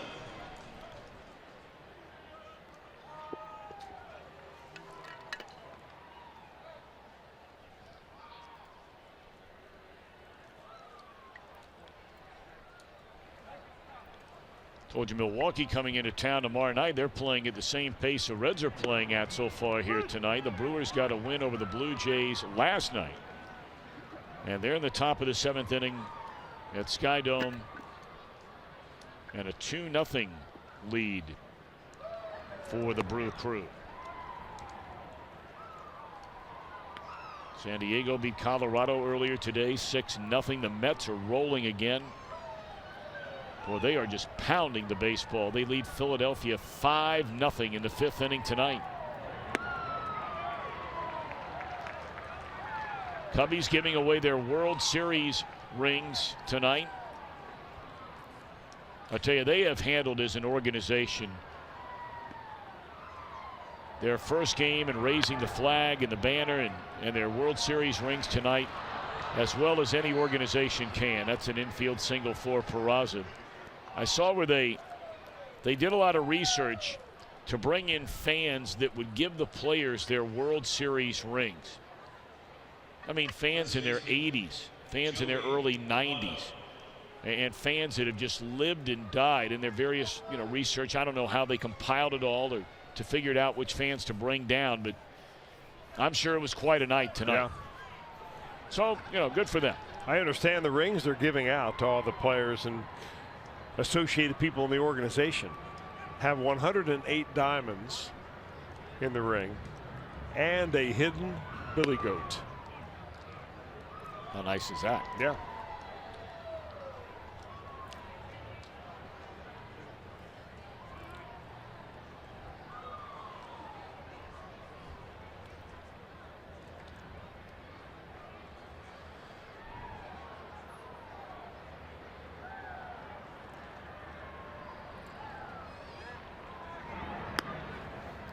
One interesting note in that Colorado shutout today, San Diego 6-0 over the Rockies. That was the first time Colorado's been shut out at home in 120 games.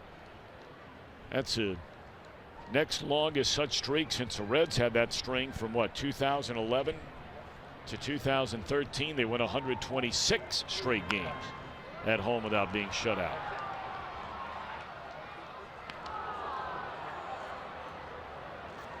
Told you we'll see the Orioles next week. They're trying to go to 5-2 tonight. They are blasting Boston, but long way to go in that one. 9-4 in the 4th inning.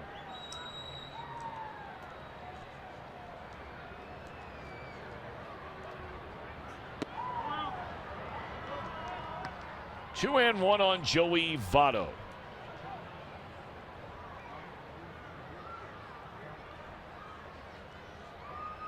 Joey 0 for 3, is fly to left. Bounced out to first and grounded out to second in the 5th.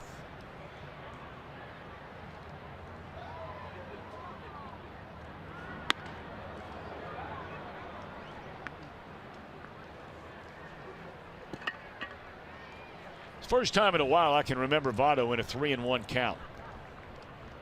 See if he can start to make his way out of this very, very early season slump.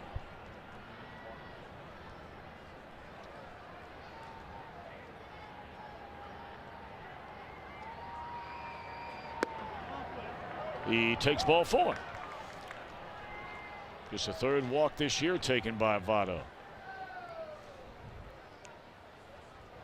fielder Adam Duvall. Adam Duvall, 1 of 3.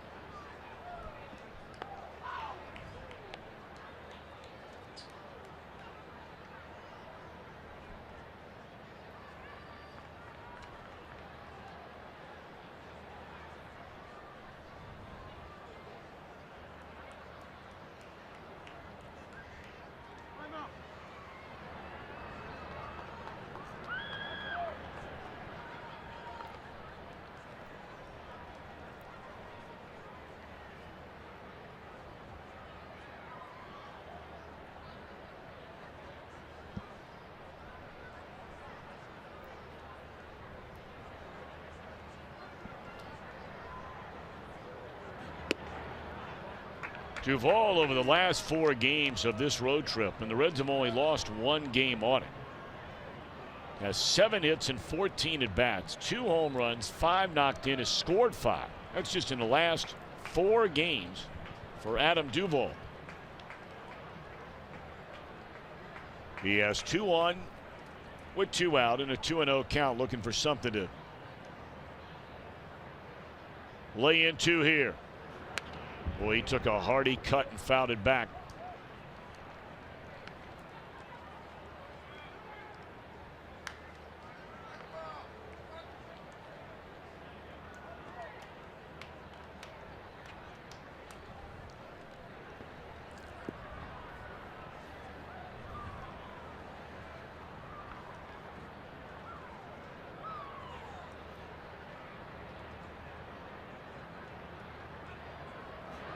Runner takes off for third, and they'll let him go.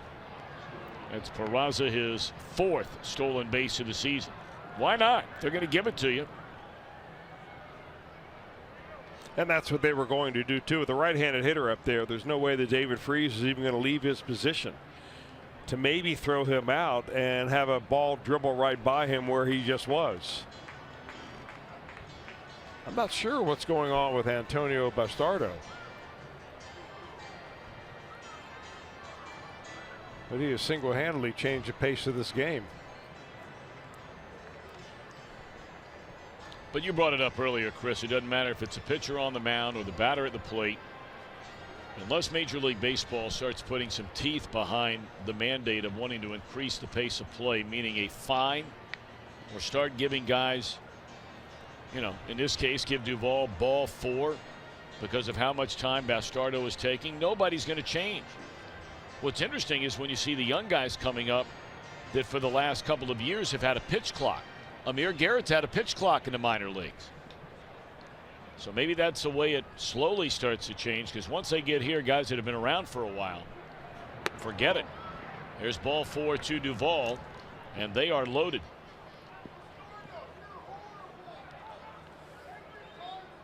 Yeah, Bastardo started the inning out easily enough. He got a strikeout out of Garrett, a line drive out to center field from Billy Hamilton. Now he's promptly walked 3 in a row, and that's Ray Searage.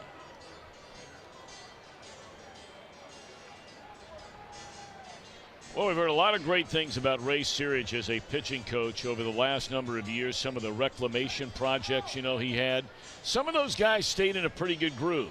A couple of other guys that had initial success sort of fell by the wayside the last couple of years. The Jeff Locks of the world, and now all of a sudden he will be challenged with the youngsters in this Pirates starting rotation now. Yeah, he sure will. He's a very good pitching coach, Searage is, but the Pirates for a while had a great tandem of great pitching coaches.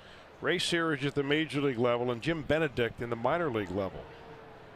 And Benedict has moved on to the Florida Marlins, or the Miami Marlins. In fact, we talked about it last night. Trevor Martin, who pitched for the Pirates last night, was compensation for Benedict going to the Marlins and essentially running their minor league pitching operation and major league operation too, kind of overseeing the whole pitching of the Marlins. Very highly thought of, and they worked very well together. 2-0 on Eugenio Suarez. Those are the kind of hires in an organization that it costs you less than a backup infielder. Way less. Way less. And it has a terrific long-term effect on your organization if you get the right people. Bastardo has fallen behind 3-0. He allowed a 2-out infield single to Peraza. He's walked 2 batters in a row. And now a pitch away from walking in a run.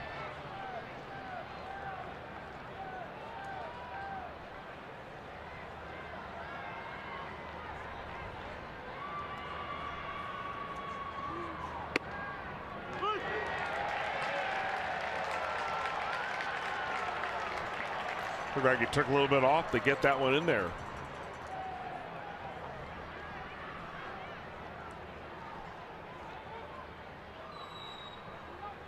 All right, 3-1 on Eugenio Suarez. Tardy on a fastball. A little surprise there. Yeah, but that was on the outer part of the plate. It looks like he was waiting a long time trying to drive that. Opposite field. I mean, right now, the way that Suarez looks at the plate, I mean, he's very still, but when that pitcher starts to move, watch him drop those hands just a little bit. And he is on just about everything. Suarez has 2 hits and 3 at-bats tonight, all 3 prior trips against the starter Nova. Here we go, 6 innings, allowed 8 hits, 4 runs. They all came in the Reds' 5th, 3 earned. Struck out the first batter, didn't strike out another. I say drop his hands. He doesn't drop his hands at all. He gets them back just a little bit of a load back there.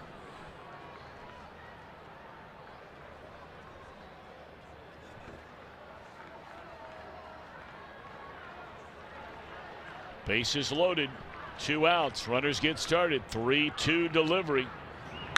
And that ball is headed to the left center field gap and will clear the bases. Eugenio Suarez, a 3-run double. And the Reds blow this thing wide open at 7-0. What a year it has been for Suarez.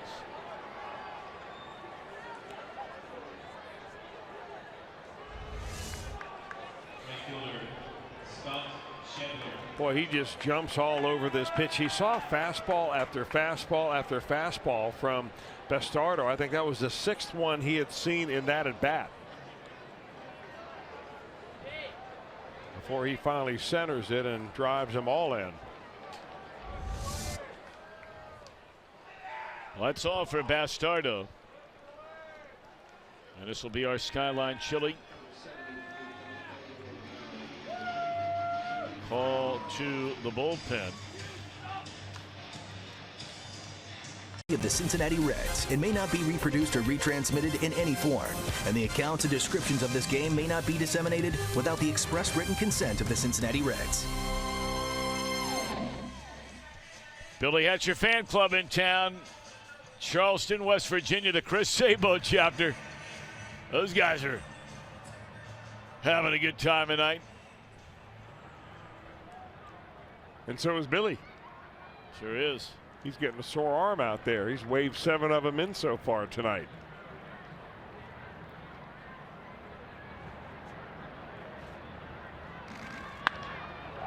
First pitch swinging. This ball scalded into left center by Schebler. And that's off the top of the wall. And Schebler in with an RBI double. So welcome to the game, Felipe Rivera. And the Reds lead 8-0. He just missed getting it out of here. 410 feet out there. This is long gone at GABP. Oh, you're not kidding about that. Rivero just pipes one for him, and Schebler loves the first pitch, especially when it's a fastball. Guy's strong. Really strong.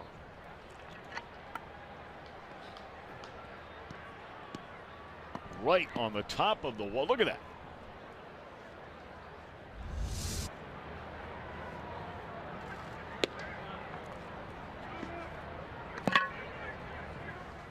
Felipe looks like he's got kind of a bunny tail back there with that. I assume that's a little bleach blonde or something in the back of his hair. You got a keen eye, partner.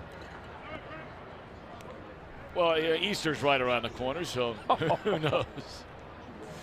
I'll tell you what, when this guy was throwing the ball with the Washington Nationals, he's very highly thought of. He came over from the Nationals in the Mark Melancon trade last year, right at the trading deadline. He and another left-handed pitcher named Taylor Hearn in that deal. You got to try that look, Tom. How would that go over there in Believe in me, I tried it the other way once. It didn't go too good. I'm just staying with what I have now. Well, if you're going to have a long thing in the back there, you need an earring too. Maybe a diamond stud. Thinking about it. Definitely. I like that though.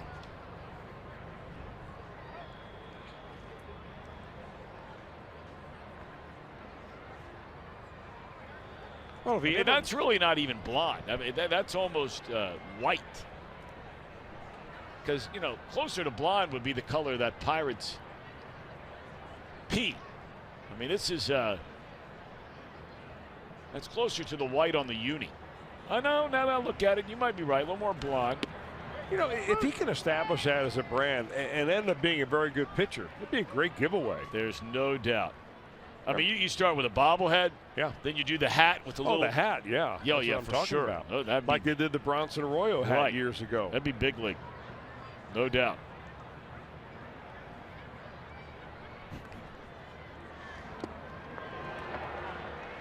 Well, he keeps throwing sliders like that. They'll have one of those. 8-0. A 4-run seventh. Fireworks Friday at the ballpark. This coming Friday night. Reds and the Brewers for only $12 you can get down there. We'll have the big fireworks show coming up after the game presented by Miracle Grove. Call 513-381-REDS or visit Reds.com. Friday night in the big city. Reds are home tomorrow night, though. Tickets are available the entire homestand. So you got Thursday and Friday nights, 7:10. 1:10 Saturday, that's kids opening day. 1:10 Sunday, Easter Sunday. And then we have an off day Monday. Night games against the Baltimore Orioles. Tuesday, Wednesday, Thursday, 7:10 starts. Friday night, the Cubbies in town. That'll be a 7:10 start. And then a 1:10 start Saturday and Sunday next weekend against Chicago.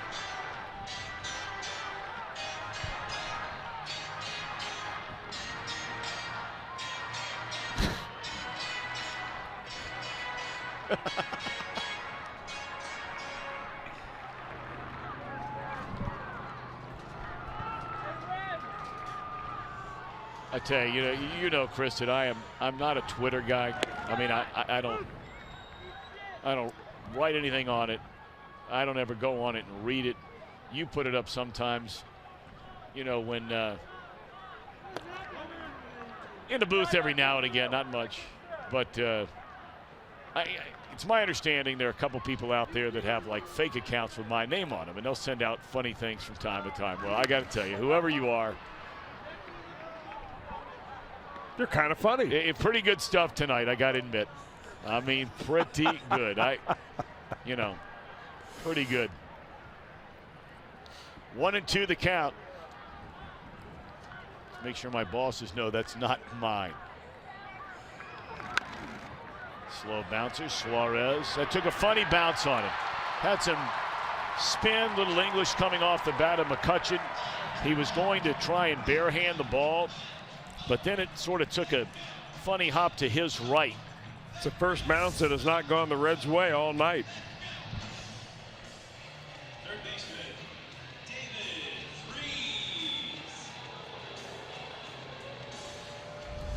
All right, so young Mr. Garrett. That's his 82nd pitch of the night. You know, he's had 2 of the last 3 half innings where he's had to sit down a long time on that bench. Reds scored 4 runs in the 5th. He was up moving around in that inning because he was running the bases. You know, and I don't really believe, Tom, I don't buy into the fact that when pitchers get, maybe older pitchers do, and maybe when it's really cold outside, but for the most part, a young guy like Garrett, I mean, he'll physically stay loose. It's all about keeping your mental edge. You sit in there for a while, you see all these runs score, you're up 8-0. You have a tendency to just relax a little bit. You can't do that. You've got to stay right on the edge the way you started the ball game. And he is staying right down. You know what we're going to show you next time when he pitches is a graph of where all, like a heat zone of where all his pitches are, because I'd love to see that now. I mean, he is just throwing the ball down in the zone almost every time. And when he misses, he's down around the dirt.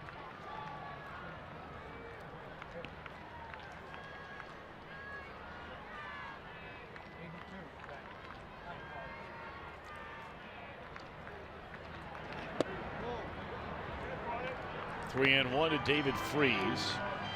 Reds have activity in their bullpen for the first time.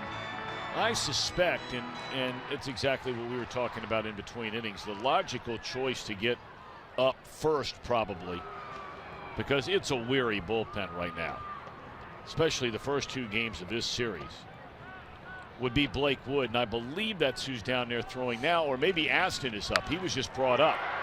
Fly ball right, hit a long way by Freese, and that ball's going to carry out of here. It's a short part of this ballpark.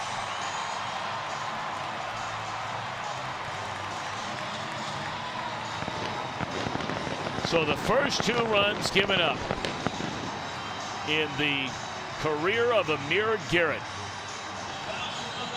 starting his 13th inning. He gives up an infield hit and then a 2-run home run to David Freese. Yeah, let it be noted that it's an opposite field 2-run home run. You got to give the credit to David Freese right here. Yeah, the pitch was pretty much right down the middle. You see the reaction by Garrett, but still. Takes a man to hit it opposite field that far. Well, let's see if Amir now can kind of put it back together and retire these next 3. Well, that 4 spot the Reds scored in the 7th inning. Pretty big number. Or else you'd be leading only by 2 right now. Be a whole different ball game. And it's still not over yet. I mean, there's nobody out here in the 7th. We've seen stranger things. So a little cue shot foul off the bat of Cervelli, 0 for 2. You know, we've talked about Amir Garrett down around the knees all night. I did get a question on Twitter, a serious question on Twitter. What, you know, we refer to what is the hollow of the knees. And if you're just sitting down, you just put your hand over your knees and you'll feel wrists on the other side of your patella tendon, 2 little hollow spots right there. And that's the bottom of the strike zone, the bottom part of those, that hollow of your knees. So even if you're not too good at anatomy, Mr. H, there you go. Mr. H. First baseman, Josh Bell.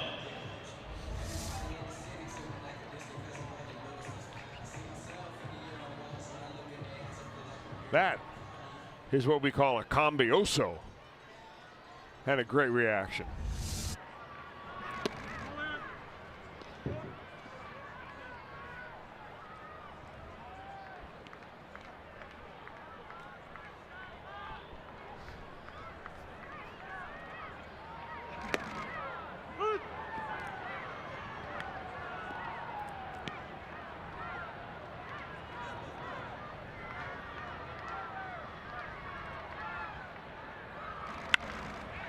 Ground ball to short.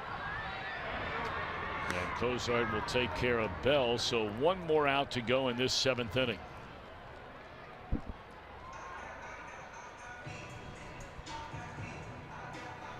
Second baseman, Josh Harrison.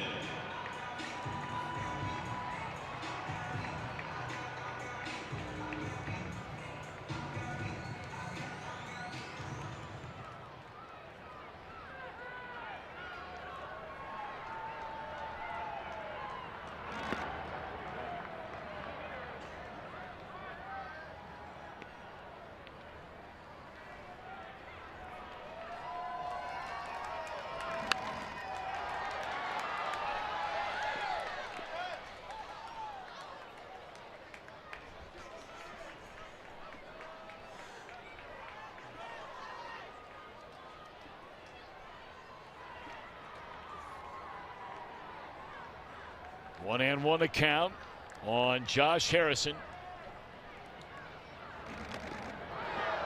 And hit with a pitch. Tried to come down and in on him. Came down and in.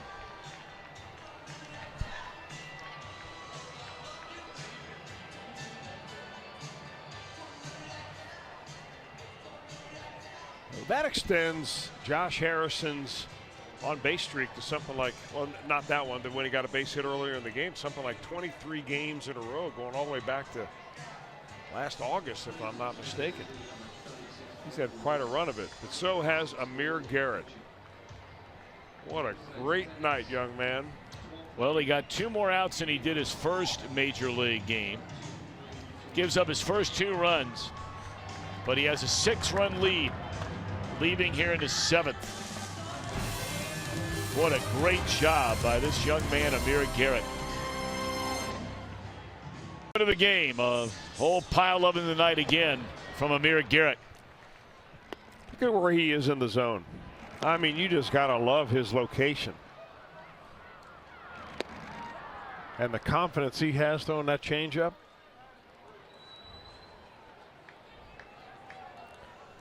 Reds are on to something here. Well, he showed up in his spring training, ranked as a number 3 prospect in the Reds organization, as Blake Wood now takes over on the mound. Wood had some bad luck last night. He came into the game, he gave up a clean single the first batter he faced, but then he got a strikeout. This was in the 8th inning, and then he allowed a little pop-up straight down the left field line off the bat of Harrison that dropped right on the line fair. And at that point, Brian Price made the decision to go bring in his closer, Raisel Iglesias, who was able to shut him down the final inning in 2/3, notching his 3rd save of this season.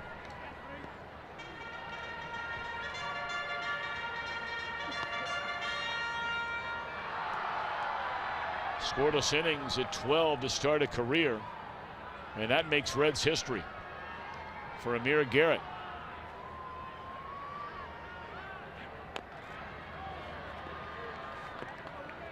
That must mean that Wayne Simpson did not have a very good trip out the second time he took the mound, because we were bringing up earlier how Wayne Simpson was one of the 3 along with Garrett, and you know, to go 6 or more scoreless innings in a major league debut with the Reds, the other being Chief Johnson. Wayne Simpson threw a complete game shutout. There's strike 3 called.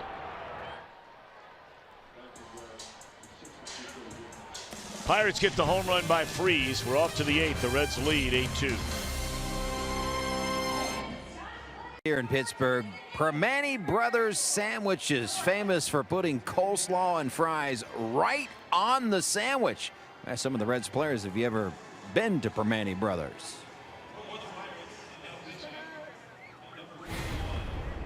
I'd be a fan of that, yeah. Yeah, I like French fries, and you know, coleslaw's got mayonnaise in it, right? So it's got to enhance the flavor. I do like a lot of different flavors in one, so I might like it. Ooh, that sounds really good. Maybe I'll have to check that out this year.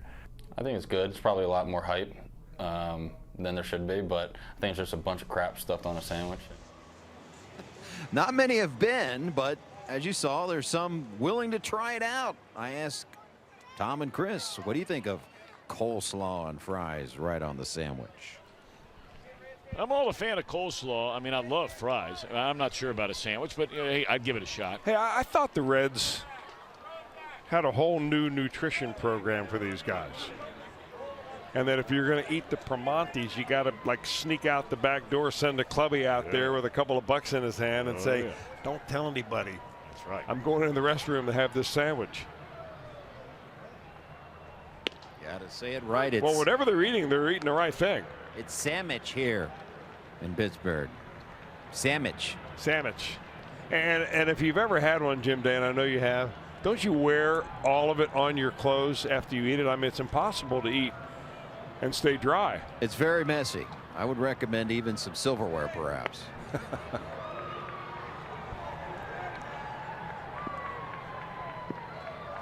Daniel Hudson came over during the offseason from Arizona. At one time a very highly touted starting pitcher for the Diamondbacks, and then went through a couple of years Being unable to pitch, serious arm injuries. He was able to come back. It's nice to see he's out there pitching again. Well, not just a serious arm injury, but not one, but two different Tommy John surgeries. In fact, Daniel Hudson was the main character in Jeff Passan's book, The Arm, where he chronicled essentially the decision to have Tommy John surgery again, the comeback trail, the emotional highs and lows that Daniel Hudson went through. I mean, he took him through, everything, and really opened his heart to Passan when he wrote this book. Fascinating book. I mean, I've never had Tommy John surgery, but after reading the book, I felt like I could empathize with those pitchers that have. It is really interesting.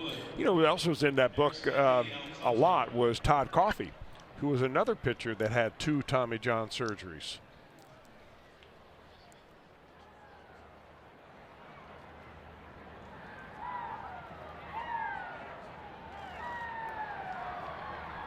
Arismendi Alcantara, the batter, as he'll hit for the pitcher Blake Wood. So Wood only comes in to face one batter tonight.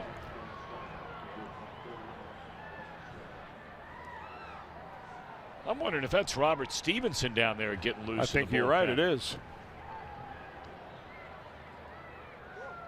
He is the only reliever who has not pitched in this series. He's not pitched since struggling on Saturday, his only outing of this season in St. Louis. A ball out of play off the bat of Alcantara. One of the stories in that book, The Arm, about Daniel Hudson that really struck me is that he still has an email that he received from the Diamondbacks assistant general manager in 2012 of a $15 million contract offer, and he turned it down. And right after that, a few months later, he blew out his arm, and that's when he needed Tommy John surgery again. And he kept that email, and he would read it throughout his recovery. Really touching. Well, I mean, this guy was a big-time prospect. Oh, absolutely big-time prospect. But you know what? Unlike a lot of guys who never get offered that contract, but they have the surgery and they never get a shot to come back again, he's at least back in the big league. Well, he's back in the big leagues, and when you're back in the big leagues now, making money comes kind of with the territory. Alcantara gone on strikes. I remember talking to a number of the people who were with the Diamondbacks about that time, and they just couldn't say enough nice things about Daniel Hudson.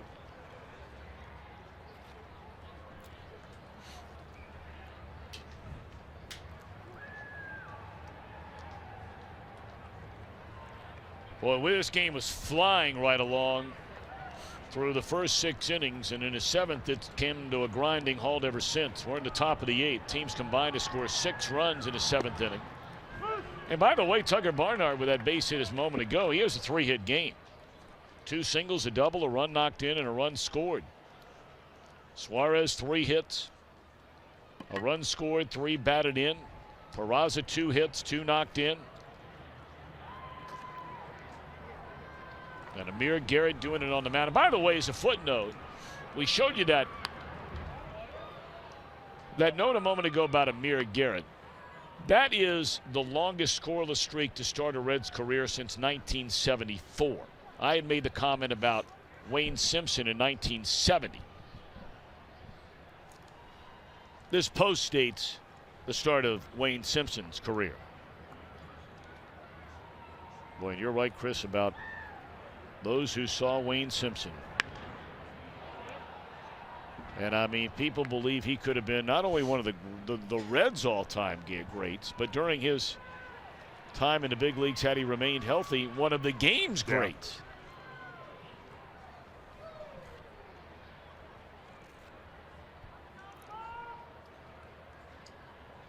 His first 4 starts in the major leagues, Wayne Simpson is a rookie in 1970. His first 4 starts, he gave up 2 runs.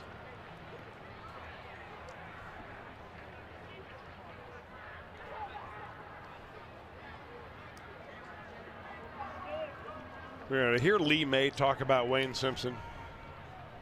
It is amazing because he saw a lot of pitchers. Lee played for a long time. In fact, of his first 4 starts as a major leaguer, he had 2 complete game shutouts. Mercer will handle the pop-up, 2 away in the inning. Well, we do it 30 minutes before the start of every game. We call it Reds Live, brought to you by Ray St. Clair Roofing, and we invite you to join us tomorrow at 6:30. We'll be back at Great American Ballpark. Reds Live begins at 6:30 Eastern. Our game coverage at 7. Brewers in town for the first of 4. Looking forward to seeing Bronson Arroyo out on the mound for the second time. He'll be opposed by right-hander Jimmy Nelson. We've seen a lot of him through the years. And Jim Day will talk to Bronson Arroyo in the pregame show tomorrow. Look forward to that.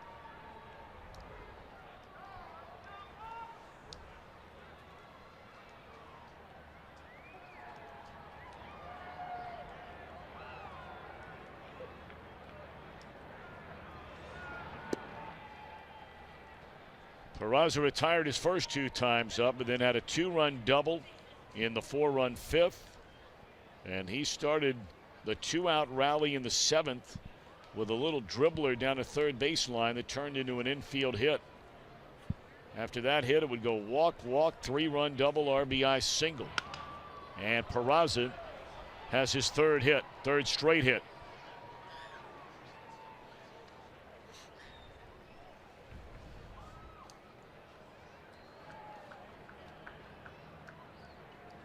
First baseman, Joey Votto.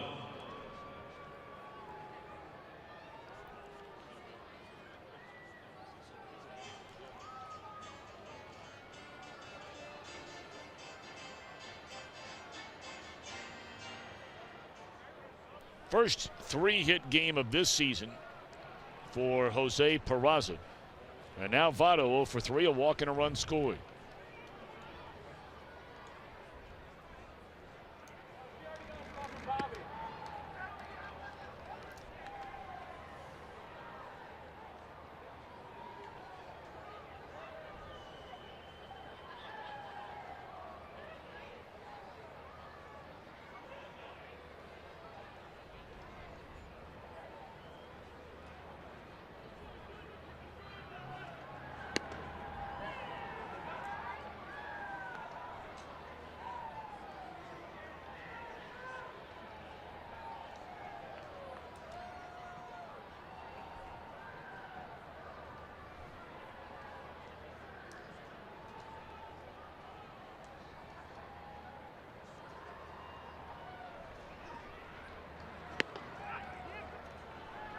Three and 0.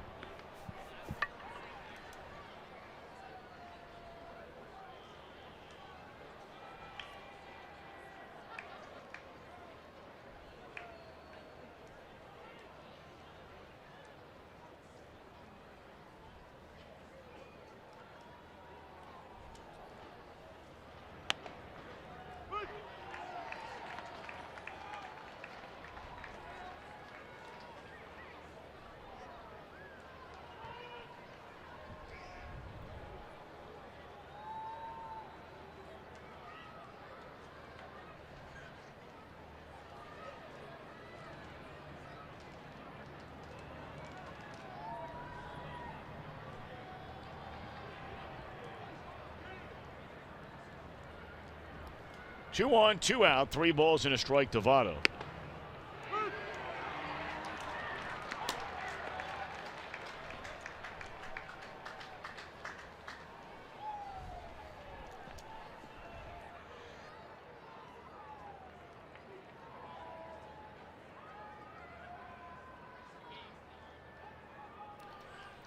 Well, the runner at Barnhart at second and the runner Peraza at first will get started here. 3 and 2 with 2 outs to Votto. Reds leading 8-2. We're in the 8th inning. That's in the air down the left field line and out of play.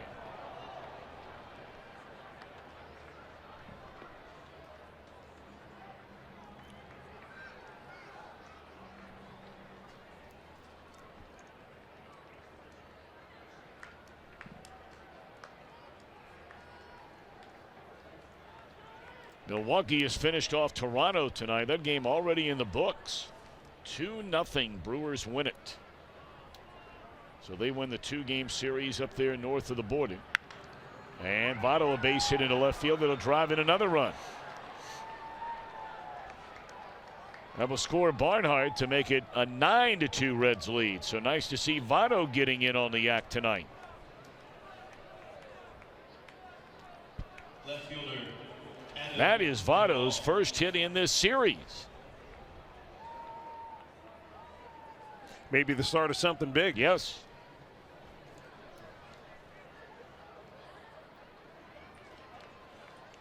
Well, Ray Searage is starting to kill the spring grass going from the third base dugout to the mound in this series.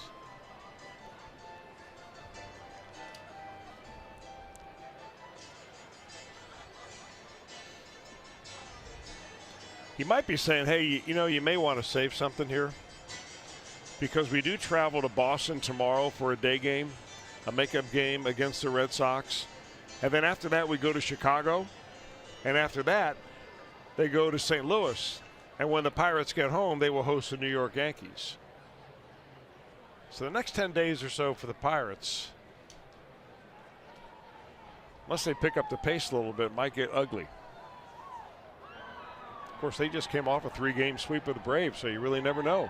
Well, you know, you look at what the Pirates have done so far against anybody not named Atlanta. So you have the 2 games against the Red Sox and now 3 against the Reds. They've scored a grand total of 6 runs in almost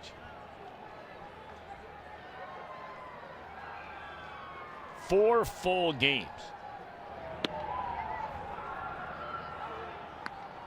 5 full games, pardon me.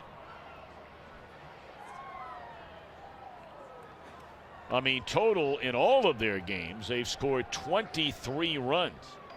Tonight's their 8th game of the year. Only 5 teams in baseball have scored a fewer number of runs than these Pirates. That ball sweeps away, nowhere near the strike zone. And tonight on the Freeze home run, that was their first extra base hit in this series. They have a total of 10 extra base hits in 8 games. 2-1 pitch. Boy, Hudson's all over the map.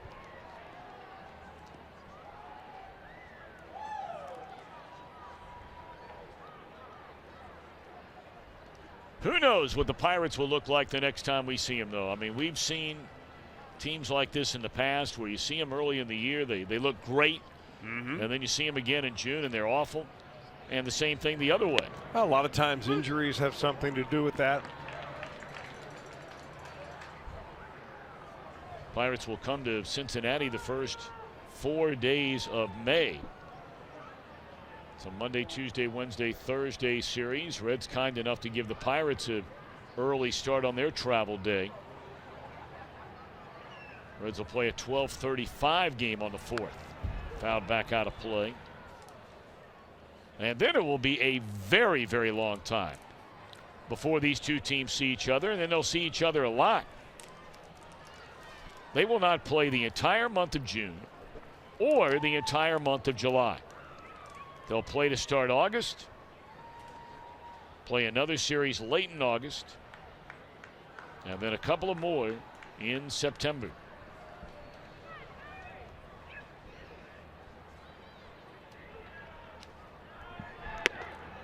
Gone swinging is Duvall, and the inning is over.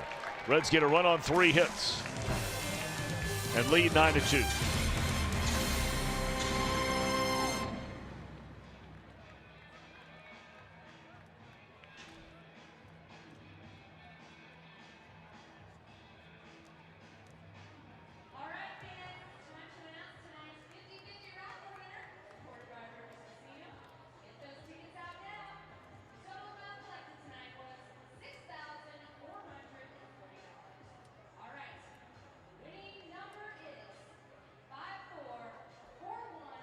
Kroger to say big store wide. Great food, low prices at Kroger.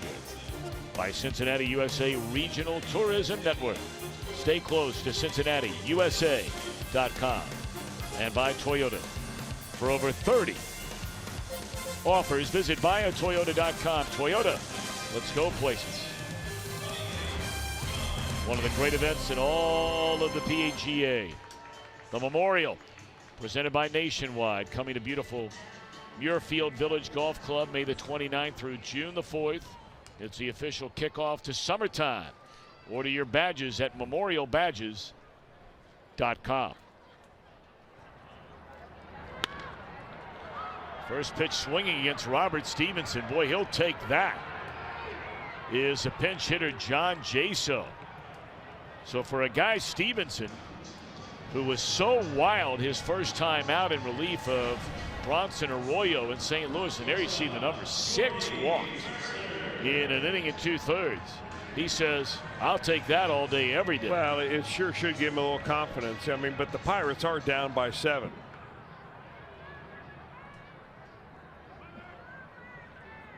Alcantara, by the way, stays in the game to play left field.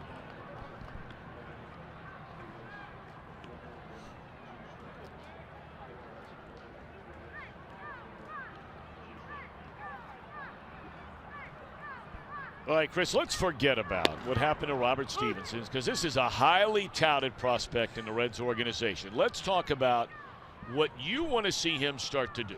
Well, I think the same thing that Brian Price and Mac Jenkins mentioned after the first game. It's something that he's always done when he's gone bad, which is collapse his backside. A lot of pitchers do that. And what I mean by that is when he gets his leg up in the air, his left leg up in the air, and starts to move to the plate, his back leg, his right leg, will start to bend like he really wants to push off the rubber real hard. But you bend down too far and you never get on top of the baseball and everything flies high and away. So I would suggest to Stevenson, start tall and stay tall. Simple, something like that you can kind of keep in your brain. Good slider right there. Got plenty of arm, obviously. 91-mile-an-hour slider is plenty to get anybody out. #1 draft pick in 2011, but that can be misleading also. I mean, there's a big difference between being a #1 draft pick in the first 5 rounds and then maybe a #1 draft pick in the last 5 rounds. He was taken 27th overall. So even though he was one of the best high school pitchers in America when he was eligible there in 2011, he wasn't like the Reds were able to pick the first couple of players in the draft. So it always becomes a crapshoot. A ball driven into right center field off the bat of Jordy Mercer. That'll go to the wall, and Mercer has a 1-out double here in the 8th. Well, you saw where that pitch was, and it was up around his letters. And, like any pitcher, you're just better when you're off down to the zone. That's probably up and out of the zone, that last pitch.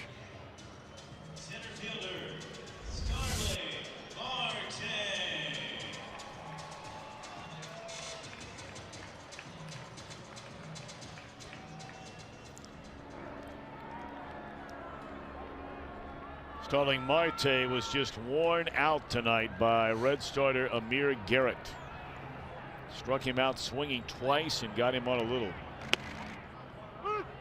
slow roller to third. It was a great play made by Suarez to throw him out. Point being, Marte wanted nothing to do with a 4th at bat against Garrett in this game. They'll see each other again down the road.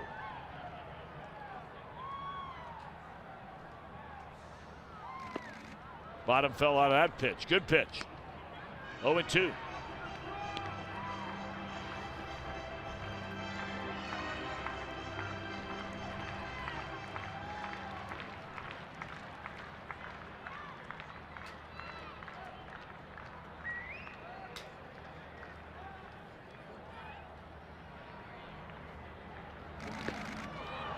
Another good one. And Marte out of there swinging. First strikeout for Stevenson, 2 away in the inning.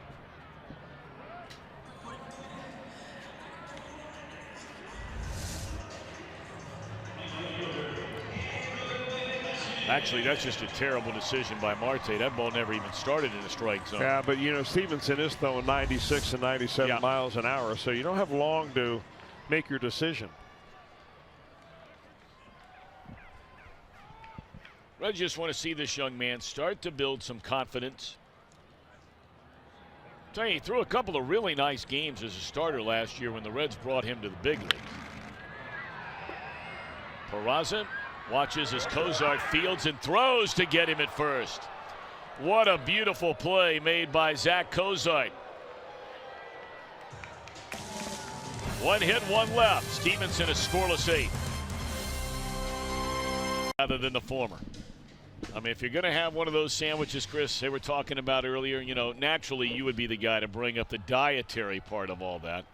You know, you being the leader of the health food kick. I'm not having too much luck with any followers nowadays. Sure you are. Cowboy follows, right?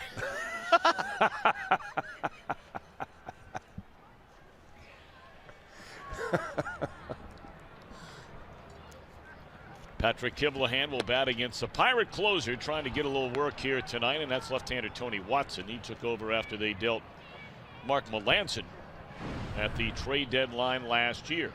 It's always been a rock-solid left-hander out of that Pirate bullpen. Was a setup man for a number of closers that they've gone through here in Pittsburgh. You know, they had what's the fellow's name? I'm thinking the great story from a few years ago, made the All-Star team. You know, had the long hair a couple of years ago before. Jacob DeGrom? No, the Pirate closer a couple of years ago. You know, the guy that made the All-Star team after almost quitting? Jason Grilli. Right, Jason Grilli. Forgive me. Thank you. Kivlahan a broken bat single.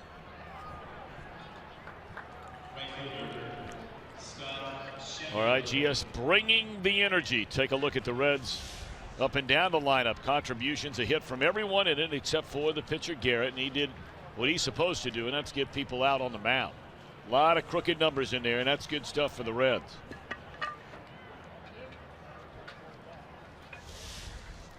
Kivlahan, his second hit in 10 at-bats for the Reds this season. Jam shot pop-up by Schebler. 1 out.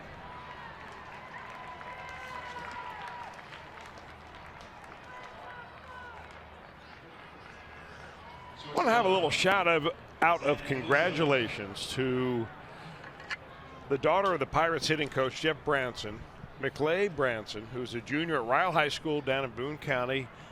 Great softball player. And congratulate her. I understand she's committed to go play college softball at University of Kentucky. So Jeff's excited about that, and congratulations indeed. He's got his son Landon here. They're on spring break this week, and they're having a great time. That is great stuff.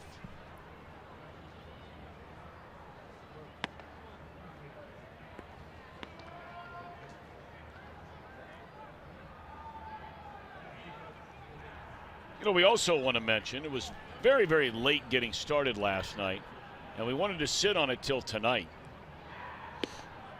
Our friend Bob Colehep in Cincinnati, his mother turned 99 years young yesterday. Kay, mother of 5 boys, loves to watch every single game, Chris.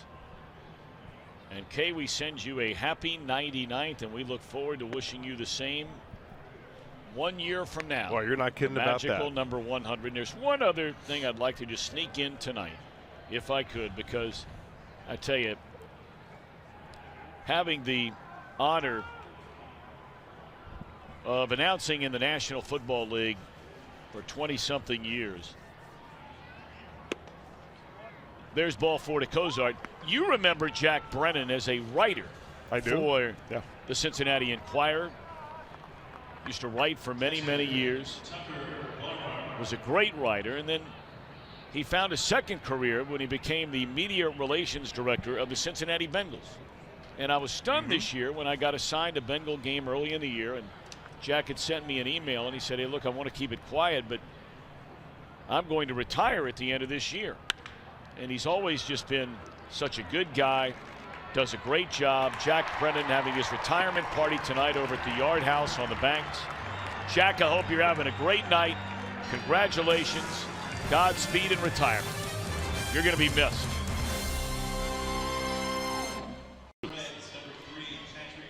Don't miss Kids Opening Day, presented by Frisch's Big Boy. That is this Saturday, the 15th.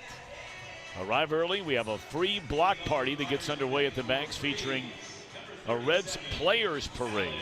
So come on down to that. But a lot of the festivities kick off around 9 a.m., the parade at 10:30. We have face painters, jugglers, photo ops with Cletus from Fox Sports Ohio, and a lot more going on. Check it out at Reds.com, and we'll look forward to seeing you on Saturday.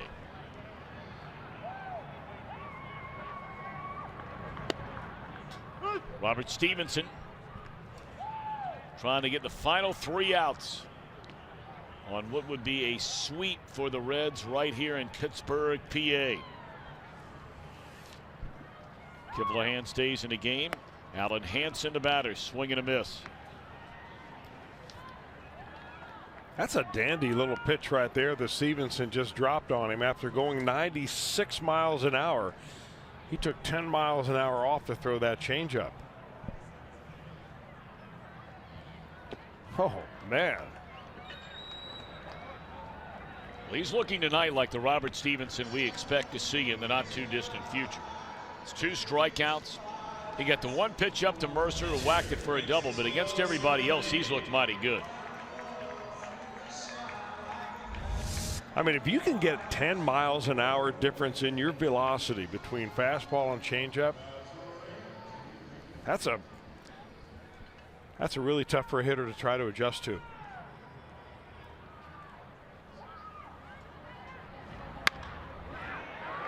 That's a base hit the other way off the bat of Francisco Cervelli. His first hit tonight.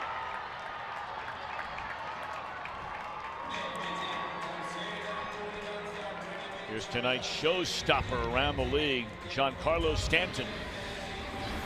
2 home runs tonight. This laser out into the pool area, out by the Clevelander. It's the 19th time in his career, a Marlins record, that he's hit 2 or more home runs in a game.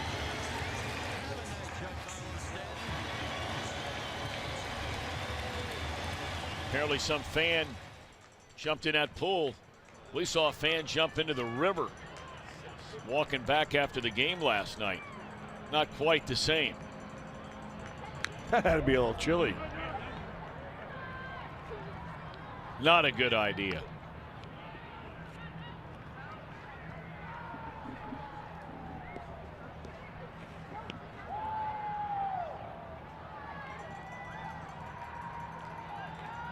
A carriage that Jim Day had promised for me after the game last night that he had all lined up. Must have found something better to do. Wasn't out there. Well, maybe he thought it was be just too cold because it was chilly last night, and if it didn't have windows, you know, the wind chill in that carriage with you yelling mush at the poor bicycle driver. Maybe you'd have a little frostbite today. Well, I was very disappointed. Well, it was on Marty's dime, I told you, and he didn't want to pay extra for the rain delay. So it was gone. Now that doesn't surprise me. Jam shot, foul ball off to the third base side by Bell. Marty's been in rare form on this road trip.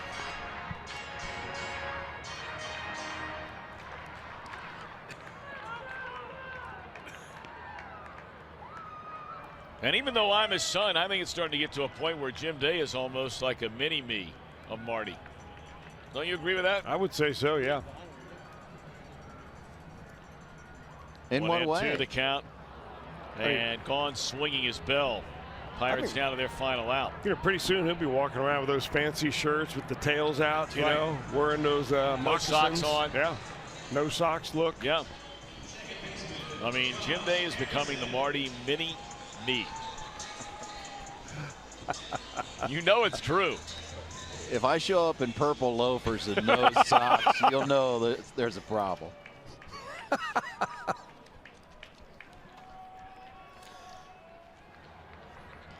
Got to go back to 2010, the last time the Reds swept the Pirates here at Pittsburgh.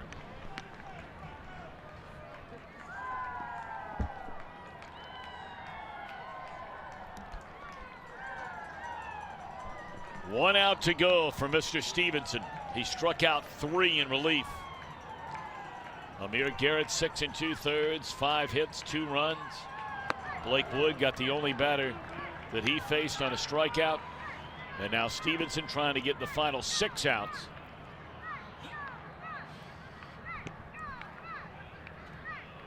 And the Reds an out away from going to 7-2 through their front 9. 2-0 pitch. 3-0 on Josh Harrison.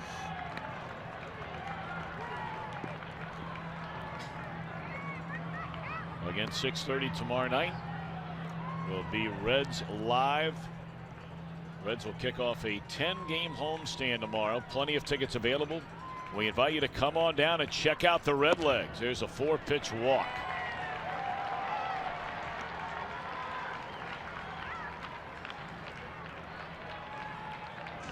Adam Frazier will bat.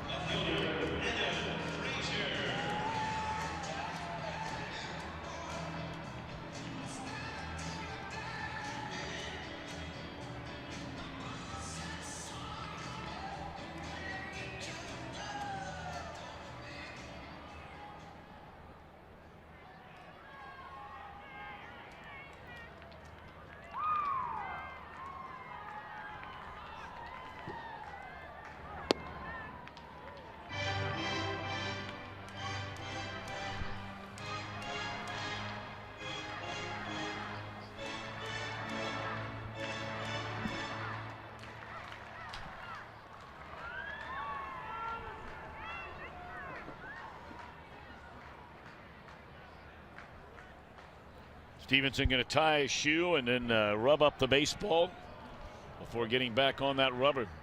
He's missed on 5 straight pitches since a strikeout of Bell.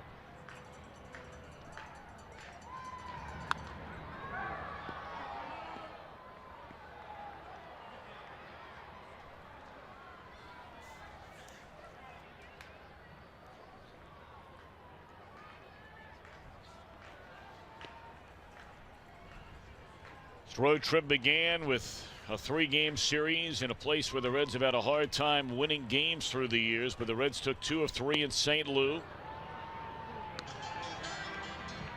And now an out away, a strike away from a 3-game sweep in Pittsburgh. But as Brian Price was talking about after the final game in St. Louis, he said we have a lot of guys that weren't part of that track record of losing games in Pittsburgh or losing to anybody. Started to go. He did not go.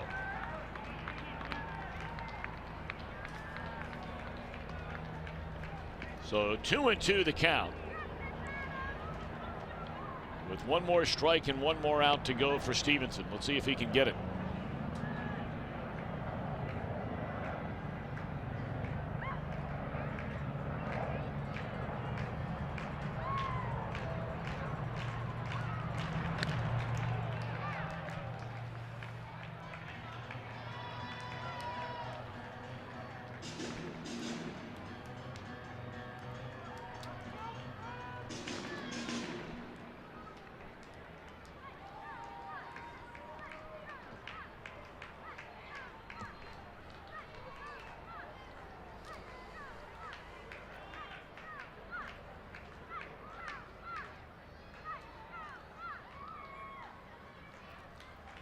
Two and 2 on Frazier.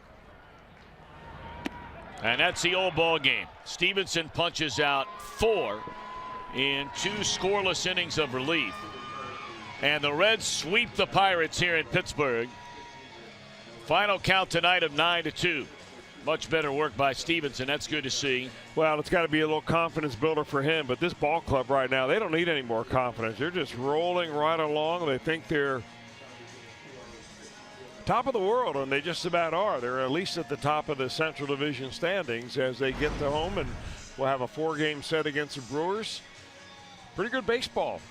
Maybe a good time to come out this weekend to watch this Red Lakes team. Well, with Arizona starting in another, 10 minutes, as the Reds, the 7-2 start, the best since that World Championship team that went wire to wire in 1990. The Diamondbacks don't start for a little while. As of this very moment, right now, the Reds are tied for the best record in all of Major League Baseball with Arizona at 7-2. Some might say, all right, you're 9 games in. Well,